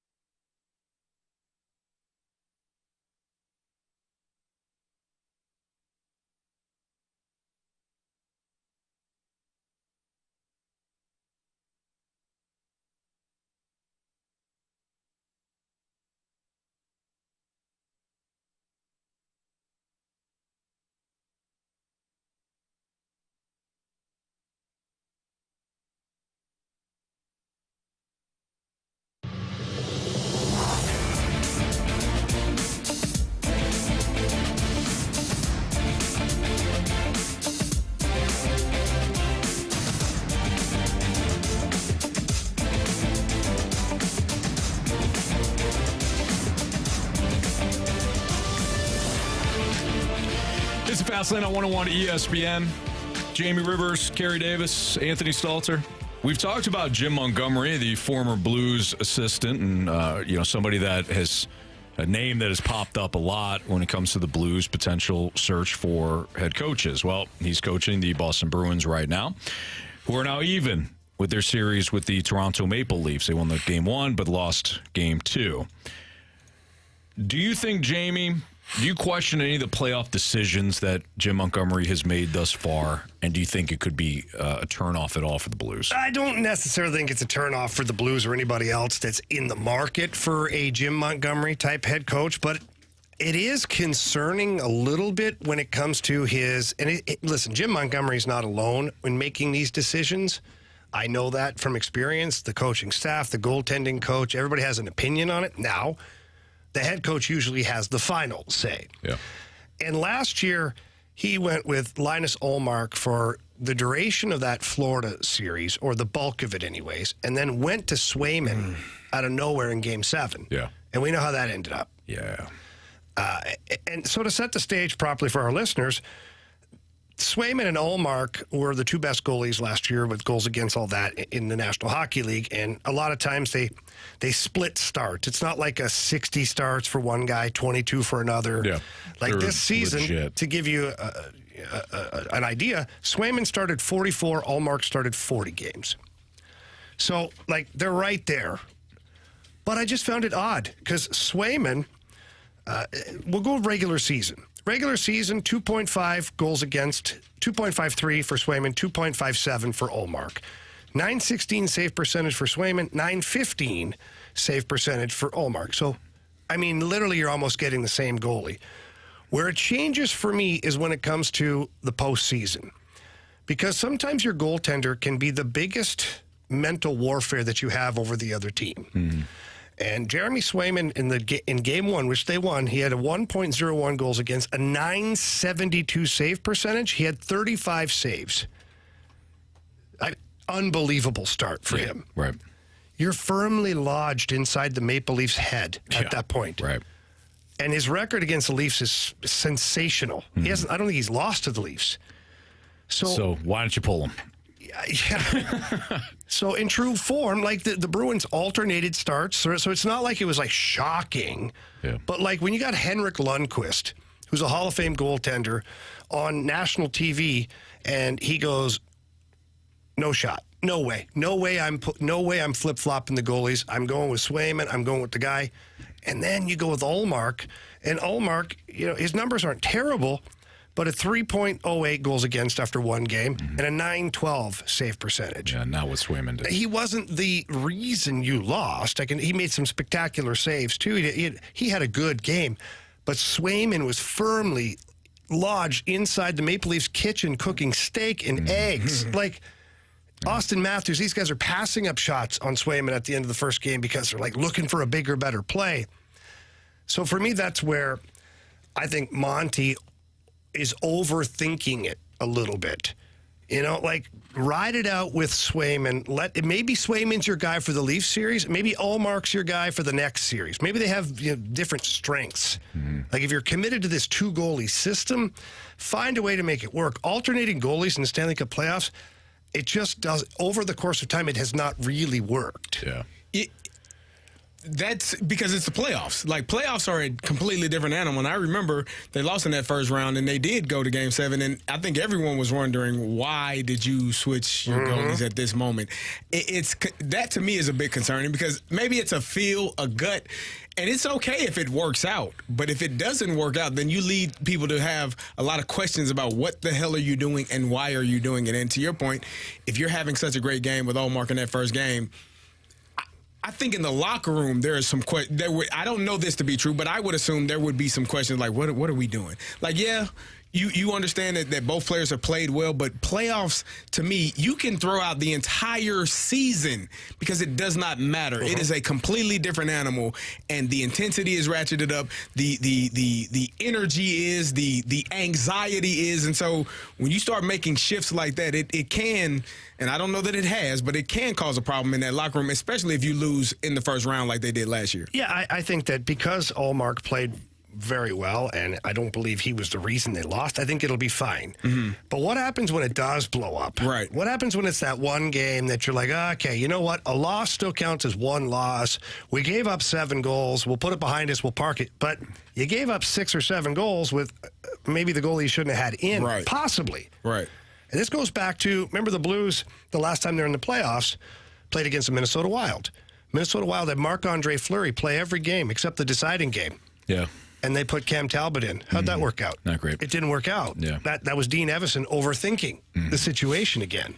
You know what's great, though? If Jim Montgomery does come here, you don't have to worry about that. No. Well, he does, actually. You got 2 guys. Is he still, by the time, Jim Montgomery, you don't think that next year Jordan Binnington and Joel Holford will have a very similar start ratio that Swayman and Olmark had? They will. Well, then you can't go with Jim Montgomery, so why don't you go with Rod Brendamore? Do you call him God, Brendamore? Yeah. In Carolina, he kind of is right now. Exactly. So, all right. Well, I think we cleaned that up. It's Fastlane on 101 ESPN. Maybe. Ish? Kind of. Look, Jamie, I got the guy for the Blues. I just said it, so. You going to pay him out of your pocket? Me? I don't own the Blues. No. Oh, but you got the guy for the Blues. How does Absolutely. that work? Yeah. He's just a consultant that finds you your employee. You have to pay him. Like any good consultant, I come in, I tell you what you need to do, you pay me for that, and I leave. I'm trying to find Someone on the text job. line brought up a good point. I didn't even think about this. I said it's the equivalent of the Rays pulling Snell in Game 6. I almost said like pulling Snell in the 6th inning when he's shoving. Yeah, good call to the text line there. I also thought a little bit about, remember when Doug Flutie was rolling with the Bills and Wade Phillips decided to go back to Rob Johnson, who was his starter earlier in the season for that playoff game. And I think that was the Music City Miracle game. It might have been. Maybe. I think it was. It might have been. And Rob Johnson, you were talking about Allmark, and it's like, Johnson wasn't the reason you lost, but you're still wasn't like, the reason you dude, won either. Yeah. Flutie Flakes was rolling.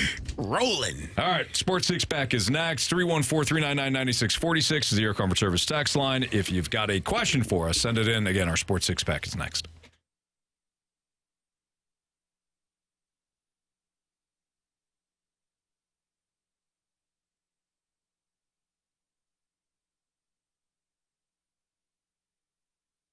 Hey, it's spring cleaning time in Window Nation, and if your windows are cracked or leaking, day like today, a lot of water could be getting in. You probably need to get new windows if they won't stay open or won't close properly. It's time to call Window Nation. You can buy 2 windows and get 2 free windows, plus 0 down, 0 interest, and make 0 payments for 24 months. You can also get a pair of St. Louis Cardinals tickets with a purchase of a house of windows. That's right, 2 windows you buy, you get 2 free, and those windows can be installed in 1 day or less, and Window Nation's windows come with a lifetime warranty. Reach out to them at 866-90Nation or go online at windownation.com. All they do is windows. They are experts. Last year alone, they installed over 200,000 windows, 40 times more than the average window company, and 96% of those windows had no follow-up service required. They measure the window 3 times to ensure proper fit, and that window comes with a lifetime warranty that includes the entire window, including the glass. So again, reach out to them, 866-90Nation, or go online at windownation.com to schedule your free in-home estimate.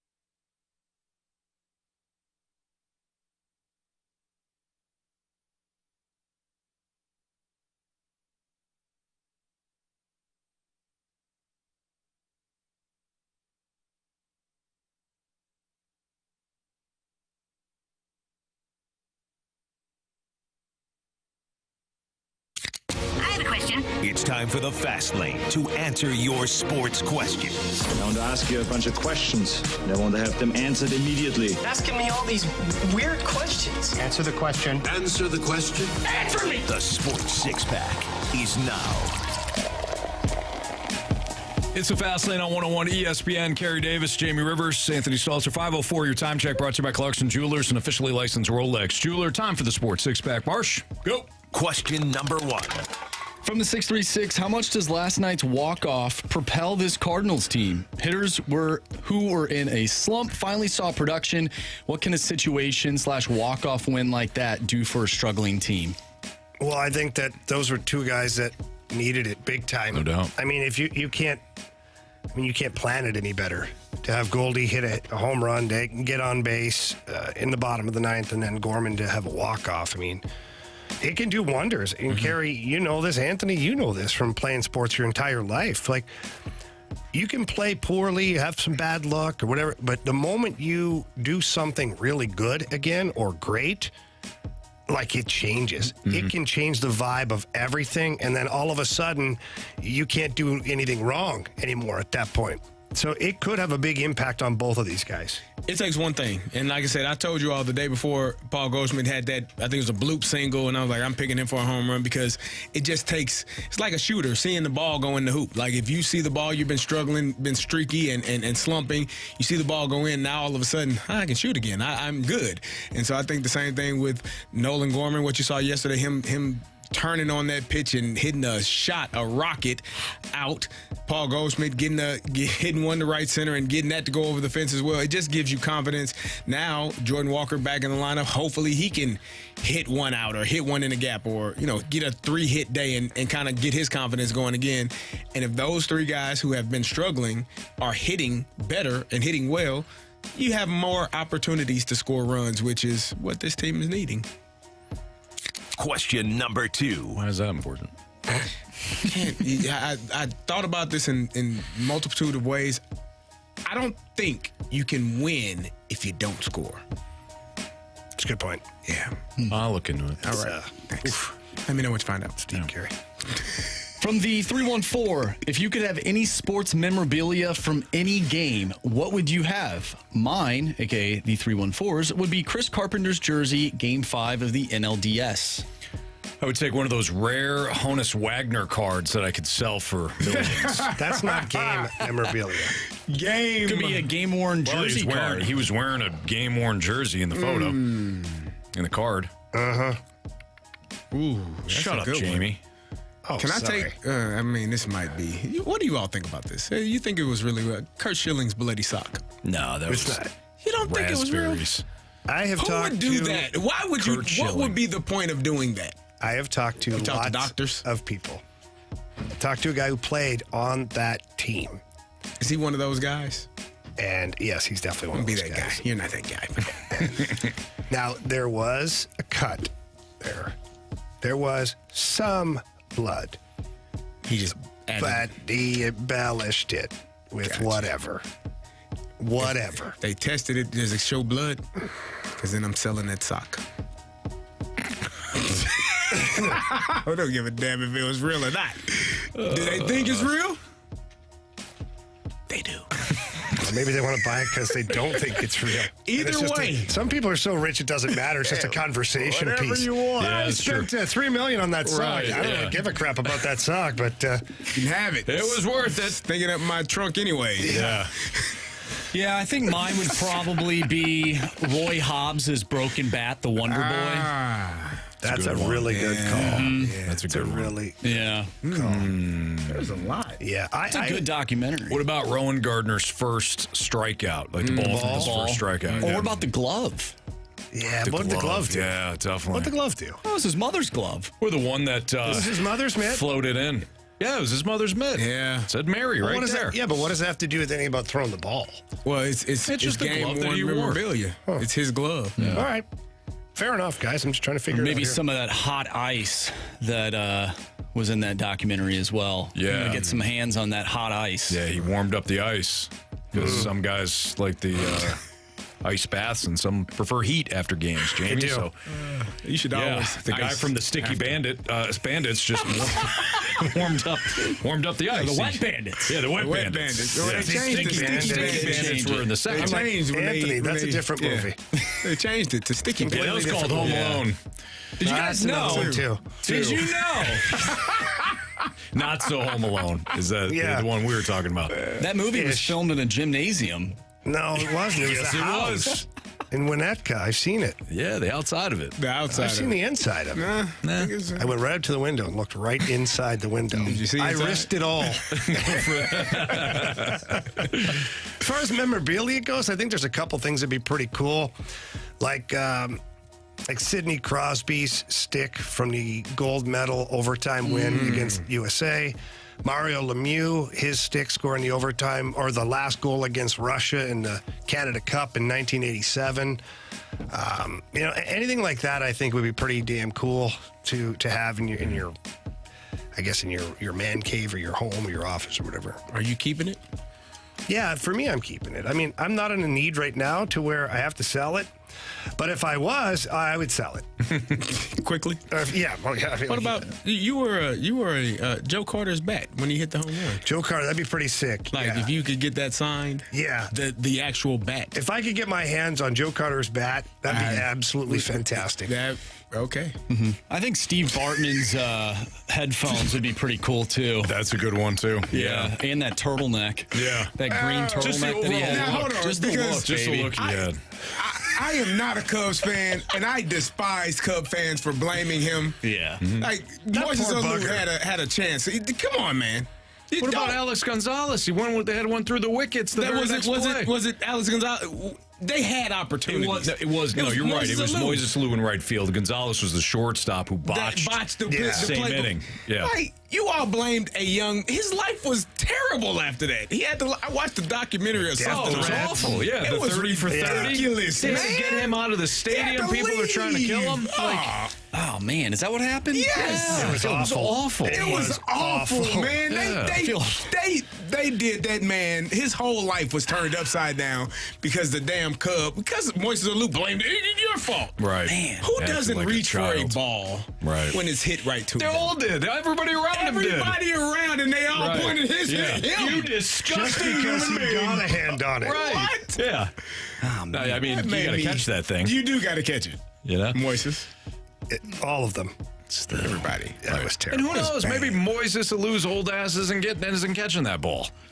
Never know. I don't know if it was catchable. It was close. He was close. He probably would have caught it, but I mean, it's falling into his glove at the time, but what? Who knows? Maybe he doesn't squeeze the mitt quite enough. for him, man. It was really. It was bad. You should see it, Marshall. Right. You got to watch it. Now that got to be your next one. I feel bad that I dressed up as him as Halloween for 1 year. Marsh! What?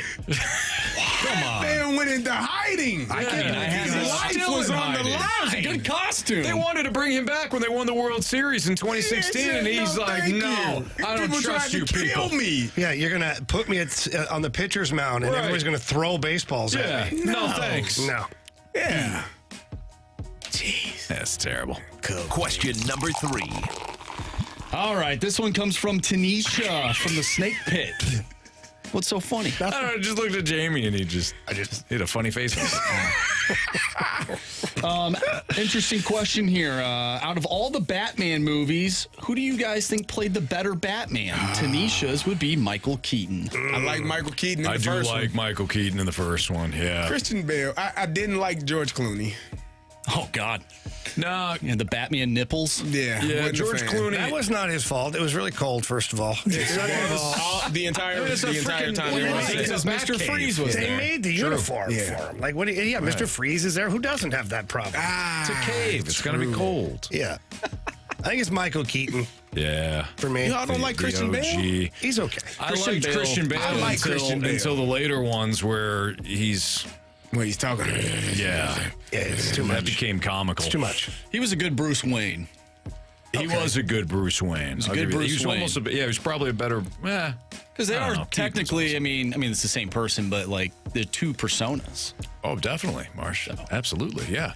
You have one, a millionaire tech guy, or whatever the hell he does, and the other, tormented by his past, choosing to do good. Kind of like when he was in American again, Psycho. tormented. Yeah. That was different.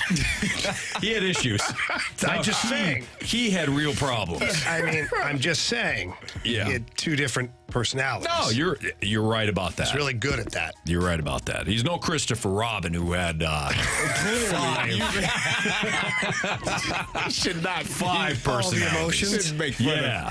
Was it 5? Yeah. Eeyore, And counting. Tigger, Winnie the Pooh, Piglet. Rabbit, Piglet, the owl. It was 6. The owl. There you go. You almost got me. I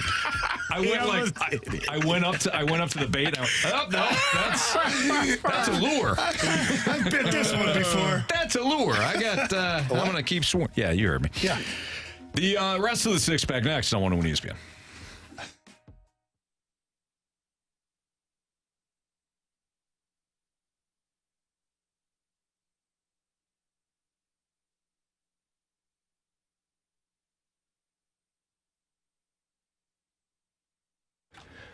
If you're looking to sell your home right now in this crazy market that is St. Louis, there's nobody better to trust than Gloria Liu with your home sold guaranteed realty. Gloria just does an amazing job at taking the stress out of it for you. Any questions that you have, she's going to answer them for you. And anything you forget about, that's why Gloria Liu is there. That's why she's the expert. She makes sure to dot all the I's and cross the T's. And then she makes sure to sell your home. She's got a database with thousands of buyers that are ready and able to purchase your home. Hopefully that drives the price up, maybe multiple offers, more money in your pocket.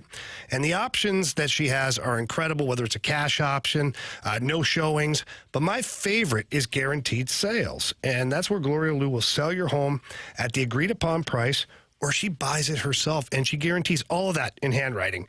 So please, if you're selling your home anytime soon, call Gloria Liu at 314-325-6888. That's 314-325-6888.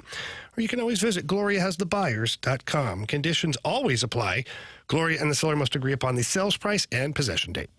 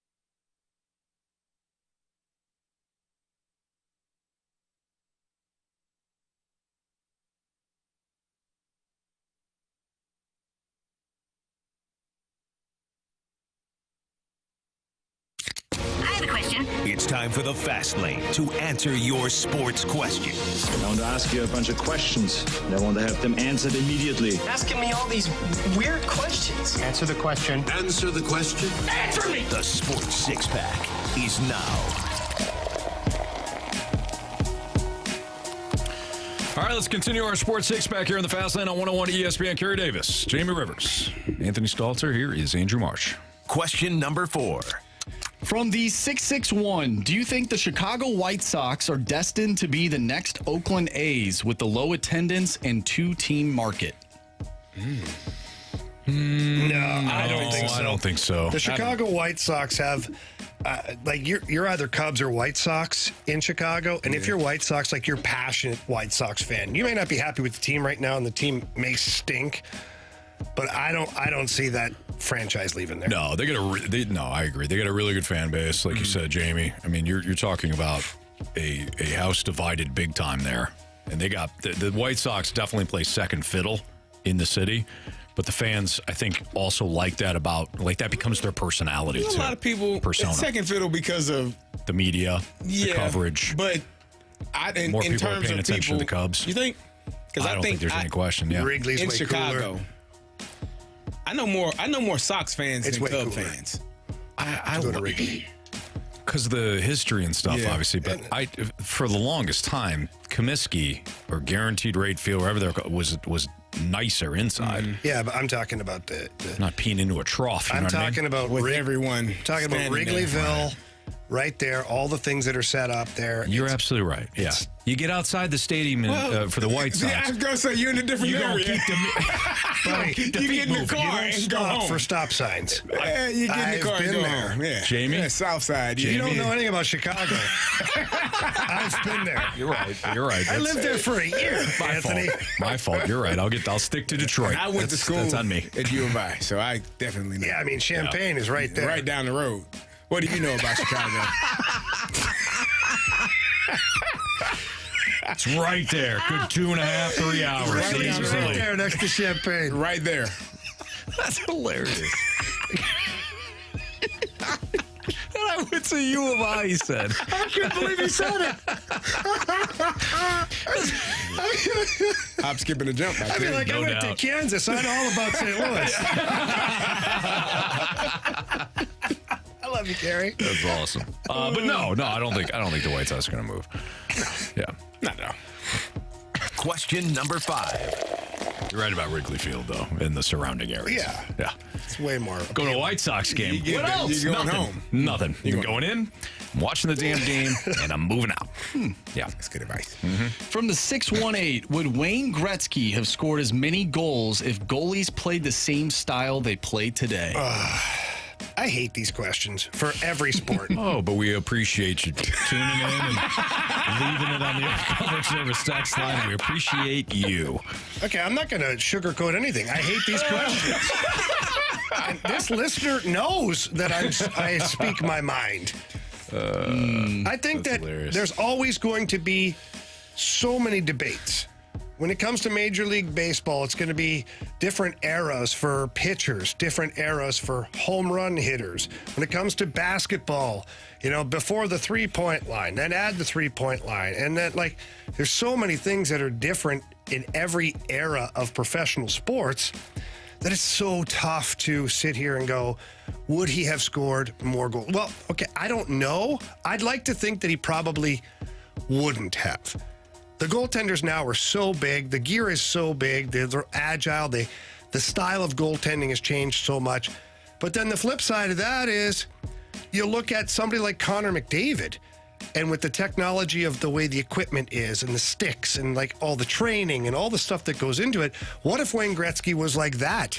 And he would have been, because Gretzky was always on the outdoor rink and finding ice time and working on his skills. But what if he had the ability to have a skills coach, a personal trainer, a nutritionist, the top of the line skates, the best stick? Gretzky used a 2x4 with tape on it.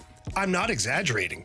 He had a straight blade, no curve, big, thick paddle, heavy-ass stick. So would he have scored 92 goals that 1 year? I don't know.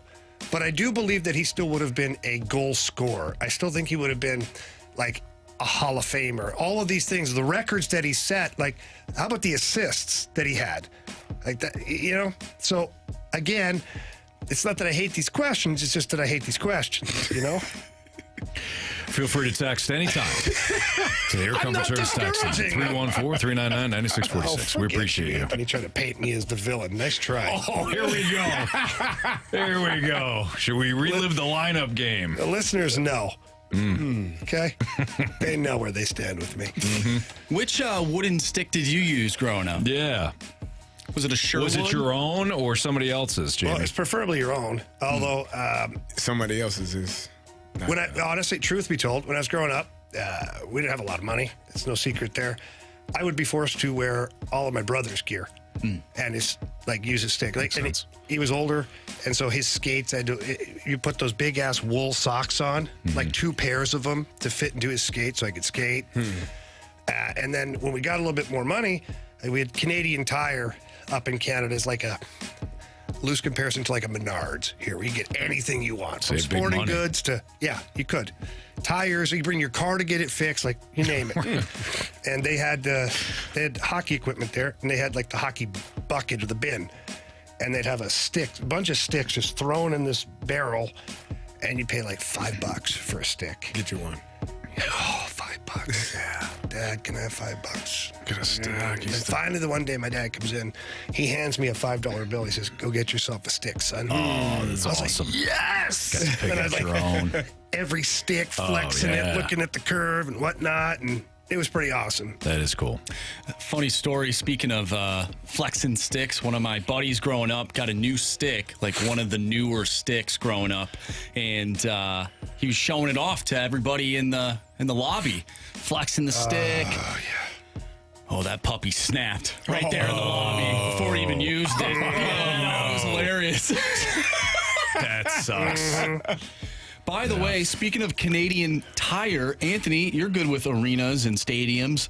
Jamie, you'll know this, but Canadian Tire Center, name that team. Well, that's easy. Isn't it Canadian Life Center, which would be the Winnipeg Jets? Canadian Tire Center. Canadian Tire Center, Anthony. Different company. But the Canadian Life Center is the Winnipeg Jets, correct? Yeah, it's just a different company. Okay.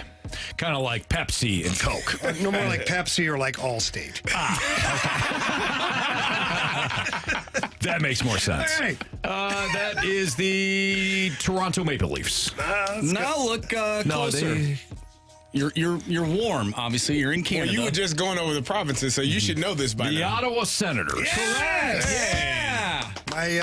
My brother. If I missed that, I would have been Calgary Flames, then followed by the Vancouver Canucks. The brother, the advertising company we have up there, we do all the advertising at the Canadian Tire Center. So all of the things on the wall and all the wraps and all that stuff. Yeah. What? I'm serious. I'm just laughing at what you say. Pepsi or Allstate? Allstate. Yeah. Yeah, my bad. Close, but not close. My bad on that. Yeah. Anyways, the Canadian Tire Center. Yeah.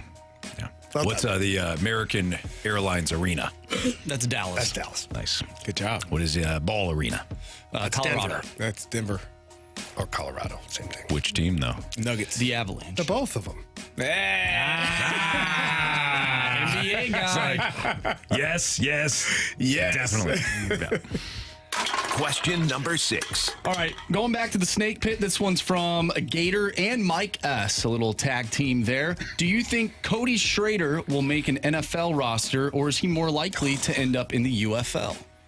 No, I think he makes an NFL roster. I think he's going to be, at the very least, Carey, I think he's a practice squad guy, at the very least. I think some team's going to fall in love with him. I don't know if he's going to be drafted, but I do think he makes a roster. I think he gets an opportunity to be, a camp invite or undrafted rookie and then work his way. I don't necessarily know that he is only going to be a practice squad guy. I think when you're a younger player, especially a younger running back, if you're not the starter, you got to be really, really good on special teams. So if he's able to cover kicks, if he's able to block kicks, I don't know if he's got the speed or the ability to return kicks or punts, but special teams will be a way for him to make a team, stay on a team.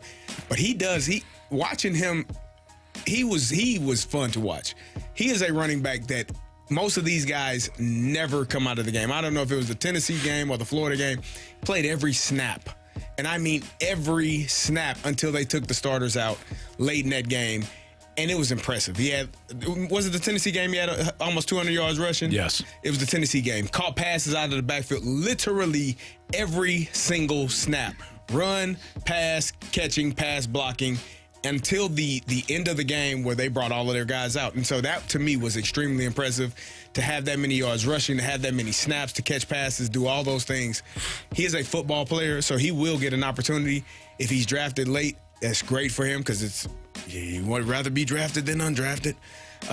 But I think he'll make a team, and just depending on how well he does on special teams and what he can do in training camp. I think he goes 6th or 7th round. Yeah. I think so. Like I said, I think his team's going to fall in love with his character. I think they're going to fall in love with his tape. They're going to realize, his work ethic, absolutely. The measurables and things like that, okay. But when you want to take a flyer on somebody and you've got some other, you got your needs filled because of free agency or the draft or the drafts, I think that is a perfect player to take in the later rounds. I agree. Yeah. And he'll probably go to Atlanta where they only take position players. By week 12.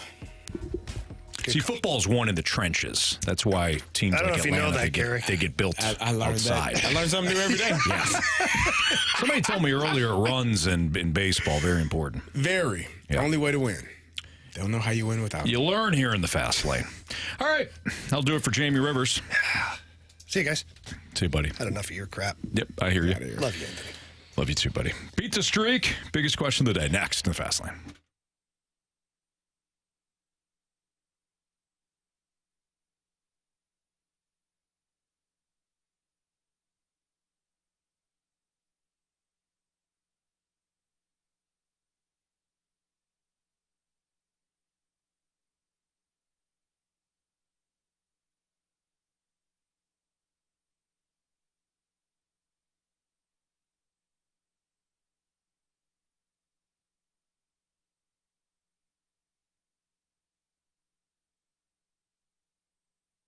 Gentlemen, FanDuel loves to reward all of their customers, especially new customers to FanDuel. And with the NBA playoffs here, there really is no reason not to download the app and get on board.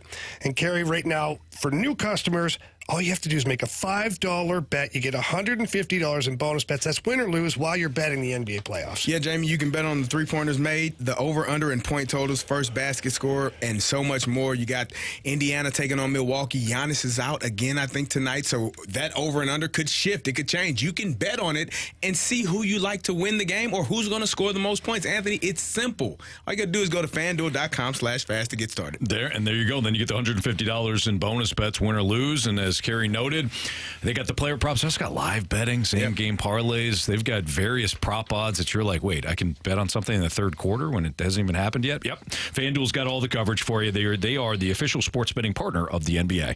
Must be 21 or older and present in Illinois. First online real money wager. Only $10 first deposit required. Bonus dish is not withdrawable bonus bets that expire 7 days after receipt. See terms at sportsbook.fanduel.com. Gambling problem? Call 1-800-GAMBLER.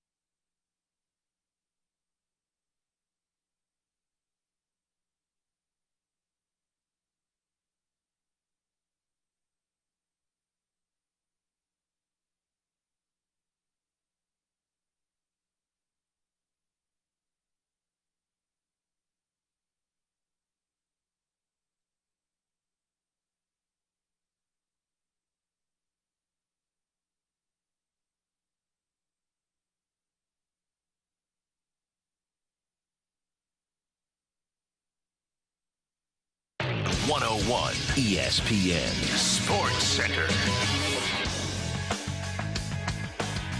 I'm Andrew Marsh. It's time for a Sports Center update brought to you by Saliga Heating and Cooling. The Cardinals back in action tonight, taking on the Arizona Diamondbacks after defeating them yesterday by a final score of 5-3. Paul Goldschmidt hit a home run, made it 3-3, and Goldy and Gorman walked it off in the ninth with a 2-run blast. Steven Matz will take the mound going up against Tommy Henry with a first pitch of 6:45. Tonight on 101 ESPN, you can listen to some NBA action as the Timberwolves take on the Suns. Game 2 of that series. Pregame starts at 6 o'clock. We have Beat the Streak and Biggest Question of the Day coming up next. I'm Andrew Marsh, and this Sports Center update is brought to you by Saliga Heating and Cooling, an independent American Standard heating and air conditioning dealer.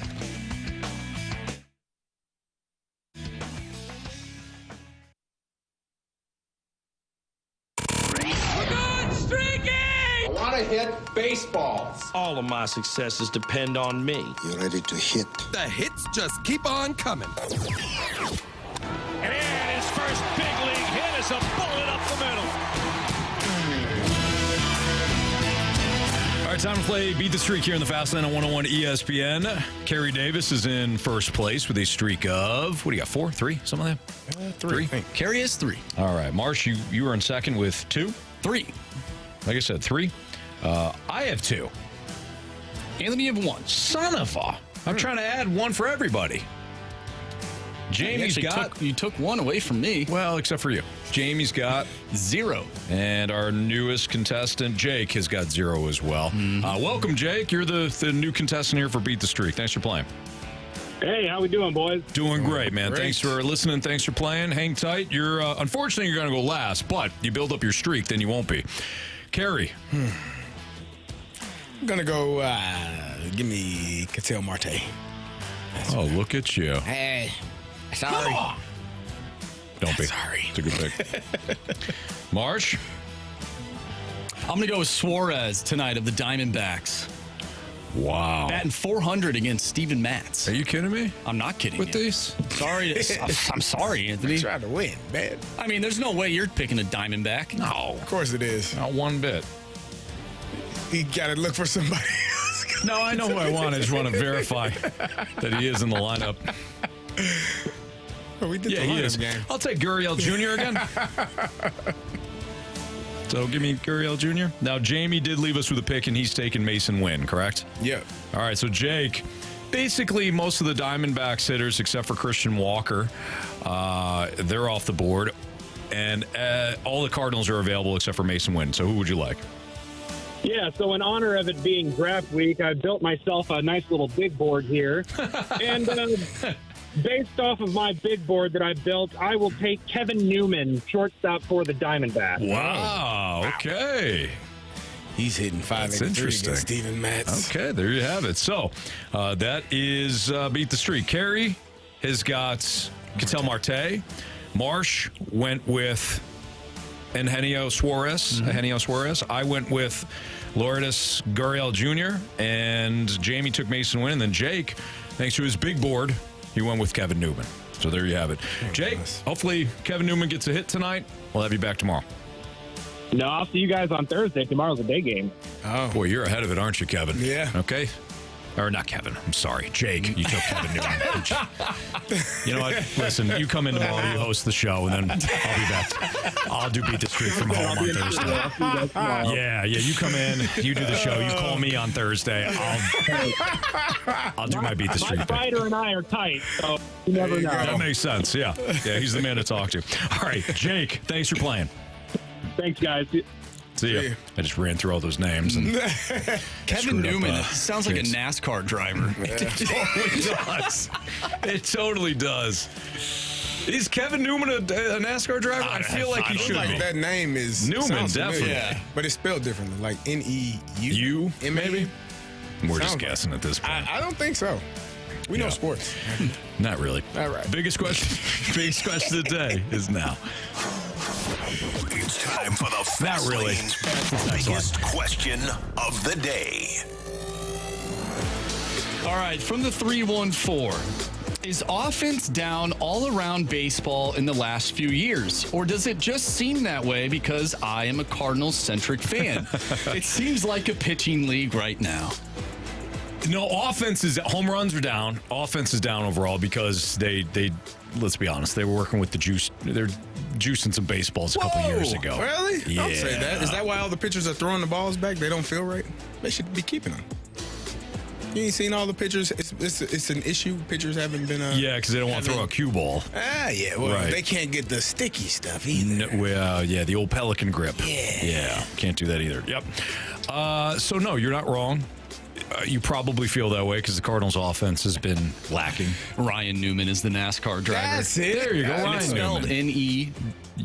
No, W. Okay. M-A-N. Ryan Newman. There you have it. Kevin's brother, Ryan Newman. For sure. I don't know that that's his brother. Either way, we'll go with it. Okay. Anyways, no, you're look, perception's reality. You're dealing with the Cardinals. You're watching the Cardinals more times than not. You feel as though the offense is probably down overall, but there is something to it. Again, the home runs.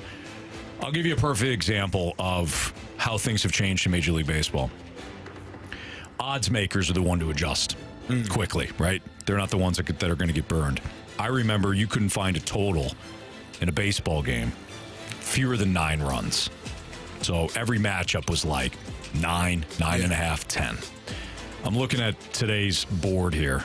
There is a game in Minnesota between the White Sox and the Twins with a total of 7.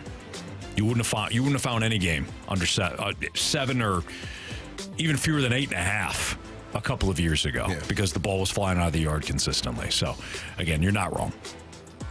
Offense is down because of the league. I agree. There you go. Yeah.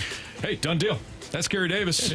I'm Anthony Stalter's Fastlane on 101 ESPN. Bet the board, 3 stars of the day. Criticisms and compliments next.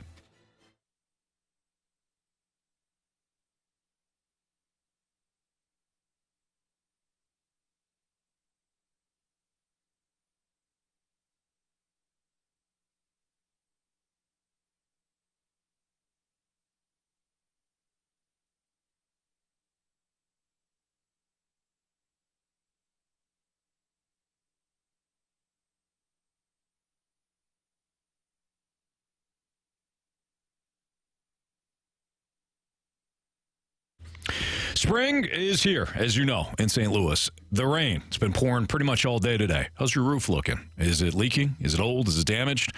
Call my friends at the Happy Roof Company, because if it is leaking, if it is damaged, if you don't know whether or not you need a new roof, they will come out within 24 hours if you give them a call today. So stop what you're doing, unless you're driving. Call 314-665-3001. Again, 314-665-3001. Call the Happy Roof Company. They'll have someone to look at your issue within 24 hours. And if you do need a new roof, well, they got free estimates with competitive pricing. They've got the cost-effective solutions on flat roofing and metal roofs. They've got the 10-year labor warranty on all shingle roofs. Financing options available, so if you can't pay everything up front, because, look, home repairs and stuff, they're certainly costly. If you can't pay full, no problem. They got the financing options as well. Over 50 years combined experience in roofing, siding, and gutters, and 100% of their market is right here in St. Louis and the surrounding areas. They don't chase storms. They don't go out of town. One of these companies that come in and out, and all of a sudden you can't find that same company anymore that put up your roof, and therefore the warranty's no good. No, not at Happy Roof Company. So again, give them a call, 314-665-3001. Visit thehappyroof.com. Tell them Stalter sent you. It's the Happy Roof Company.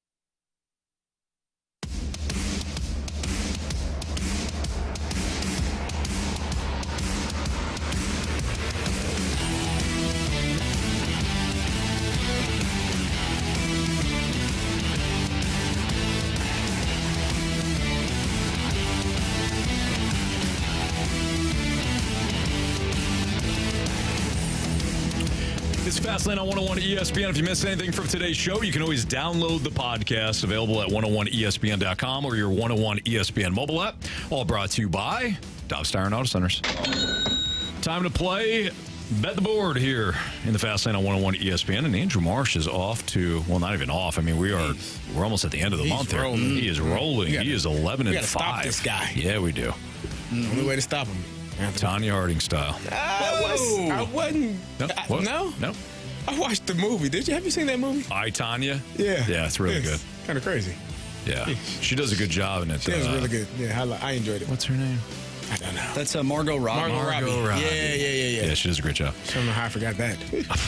All right. Anyways, Marsh is 11 and 5. I am 8 and 8. Carey is 7 and 9. Did you say Jamie's? Jamie is 6 and 10. Jamie bringing up the rear, 6 and 10. All right. Well, Marsh. Start fading, Marshy. How much time we got? About a week? Yeah. I'd have to fade him. I don't know if you want to do that. Oh, wow. Now is the time to fade him. Holy smokes. About time. All right, Marsh. You ready? Go for it, kid. I'm going to go with Anthony Edwards over 36.5 points, rebounds, and assists. You're going. We're okay. Can't fade that, can I? No, he's got you on that one. Yeah. Listen, the Cardinals are 2-0 when I do this. Do it again. You're welcome, Cardinal Nation. Give me the Diamondbacks plus 120 tonight. Plus 120. Okay. Diamondbacks. Cardinals. Yeah. Let's go 3-0 for the Cardinals and 0-3 for me. What happens if they don't get a game and you just don't get a point either way, huh? That would suck major huevos rancheros. I'm not going to lie. But I'm willing to do that, Carey. You are a man of the people. For Cardinal Nation. You are. Well, I'm going to go. I was hoping you went the game, but you didn't pick the game. You picked the player. I'm going to go the Suns. They're plus 3, minus 110. Plus 3. Okay, there you go. So Suns plus 3. There you have it. And Jamie's selection. Did you tell us that earlier before he left? I didn't think so. He's going hockey, though. Yeah, he is. Let's do that hockey. Let's do that hockey. Well, Jamie is a big fan of the Florida Panthers. Now, the Florida Panthers, I don't know if he can actually take this because they're minus 175. Nope. However, Jamie is a big fan of Matthew Tkachuk. Matthew Tkachuk over 3.5 shots. What about Nashville, though? I feel like he was kind of hopping on the Nashville bandwagon because Vancouver won't have Thatcher Demko, right? Yes, Nashville is plus odds. So we'll give Jamie Nashville. How about that? The Predators. I took plus odds. You did. You did it for the people. I did it for the people. Yeah. Jamie's being selfish, and he's going to take it for himself. But, either way. Okay, Marsh, criticisms, compliments. What do you got, kid? All right, from the 636, compliments to having a full team today, in quotes, or not quotes, but parentheses, for most of the day. Y'all are the best. Thank you. It is nice. Yeah, it is nice to have a full deck. Yeah. You knew where I was going with that. Yeah. Then Jamie left us again. Yeah, sorry. Saw this one coming from the 314. Carey, you should have faded me about a week back. Oh, you know, when you said that, I wasn't going to go there. I'm going to start fading Marshy. I gotta catch up. Hopefully he picks games instead of over-under point totals for Anthony Edwards. Come on, Marsh. What are we doing here? I don't know. Talk to him. Talk to your boy.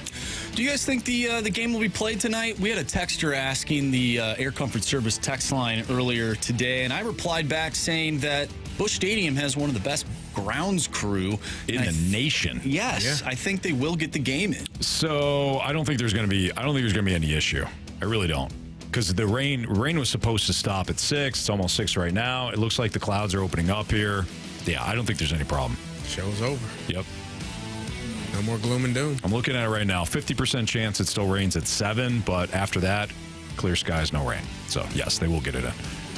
I'd be surprised even if there was a delay, but even if there was, they're going to play tonight, boys. All right.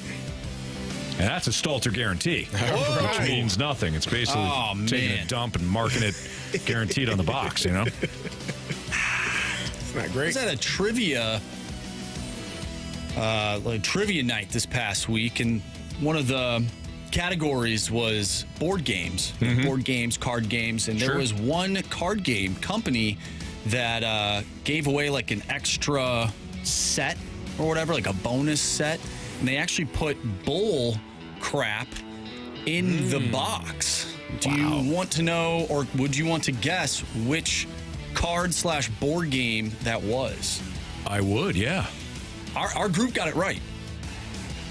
Okay, say that again. All right, so this board game/card game company, for like a promotion or whatever, they put bull crap, like actual bull crap, inside the box for a certain amount of like bonus boxes. Like it was actual bull crap. It was a board game. Board game/card game. Okay. I have no clue. Isn't it called bull crap? Or so that's bull spit? Bull spit. Yeah. I actually thought that, but you play that with normal cards, though. Okay. I don't know what that is. Yeah, what is it? Cards Against Humanity. I'm looking up this. Hey, Steve, and the snake pit just said Cards Against Humanity. Yeah. I wish I looked up there 2 seconds ago. I would have had the answer. Answer to the test. Ah, interesting. So there you go. How about that? Very nice. It's a fun little trivia. There you go. Dude, this trivia to close out the show. This trivia night was hard. Like they had like baseball stadiums, which reminded me of you because I know you would know a lot of that. But some of the questions, they were tough. Most of the honestly, if I go to we usually go to a couple of trivia nights, for the kids' schools and things like that.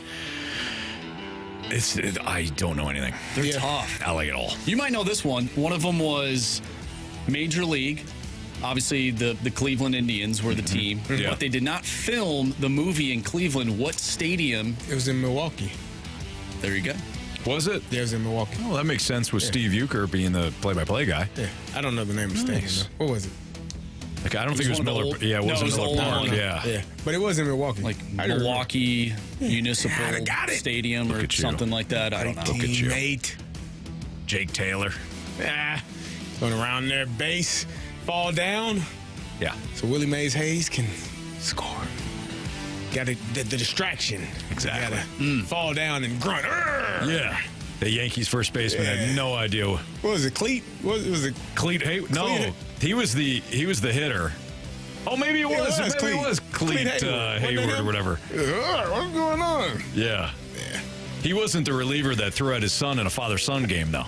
No. That movie's brilliant. It still holds up. Go ahead, Marshall. All right, 3 stars of the day. We're doing a little different today. We're looking at the negative aspect of things. So our 3rd star of the day is LeBron James's post-game complaints. Yeah, that makes sense. Yeah. Our 2nd star of the day goes to Jamie's lineup game performance. He struggled, boy. He had his issues. There's no doubt. And our 1st star of the day goes to Carey's attitude. Yes. Which I feel like has improved over the show. I don't know about you guys. I just started out hot. All right, we've got Timberwolves Suns Game 2 pregame starting right now. For Andrew Marsh, Carey Davis, Jamie Rivers, I'm Anthony Stalter. Thanks to everybody listening and watching. We will see you.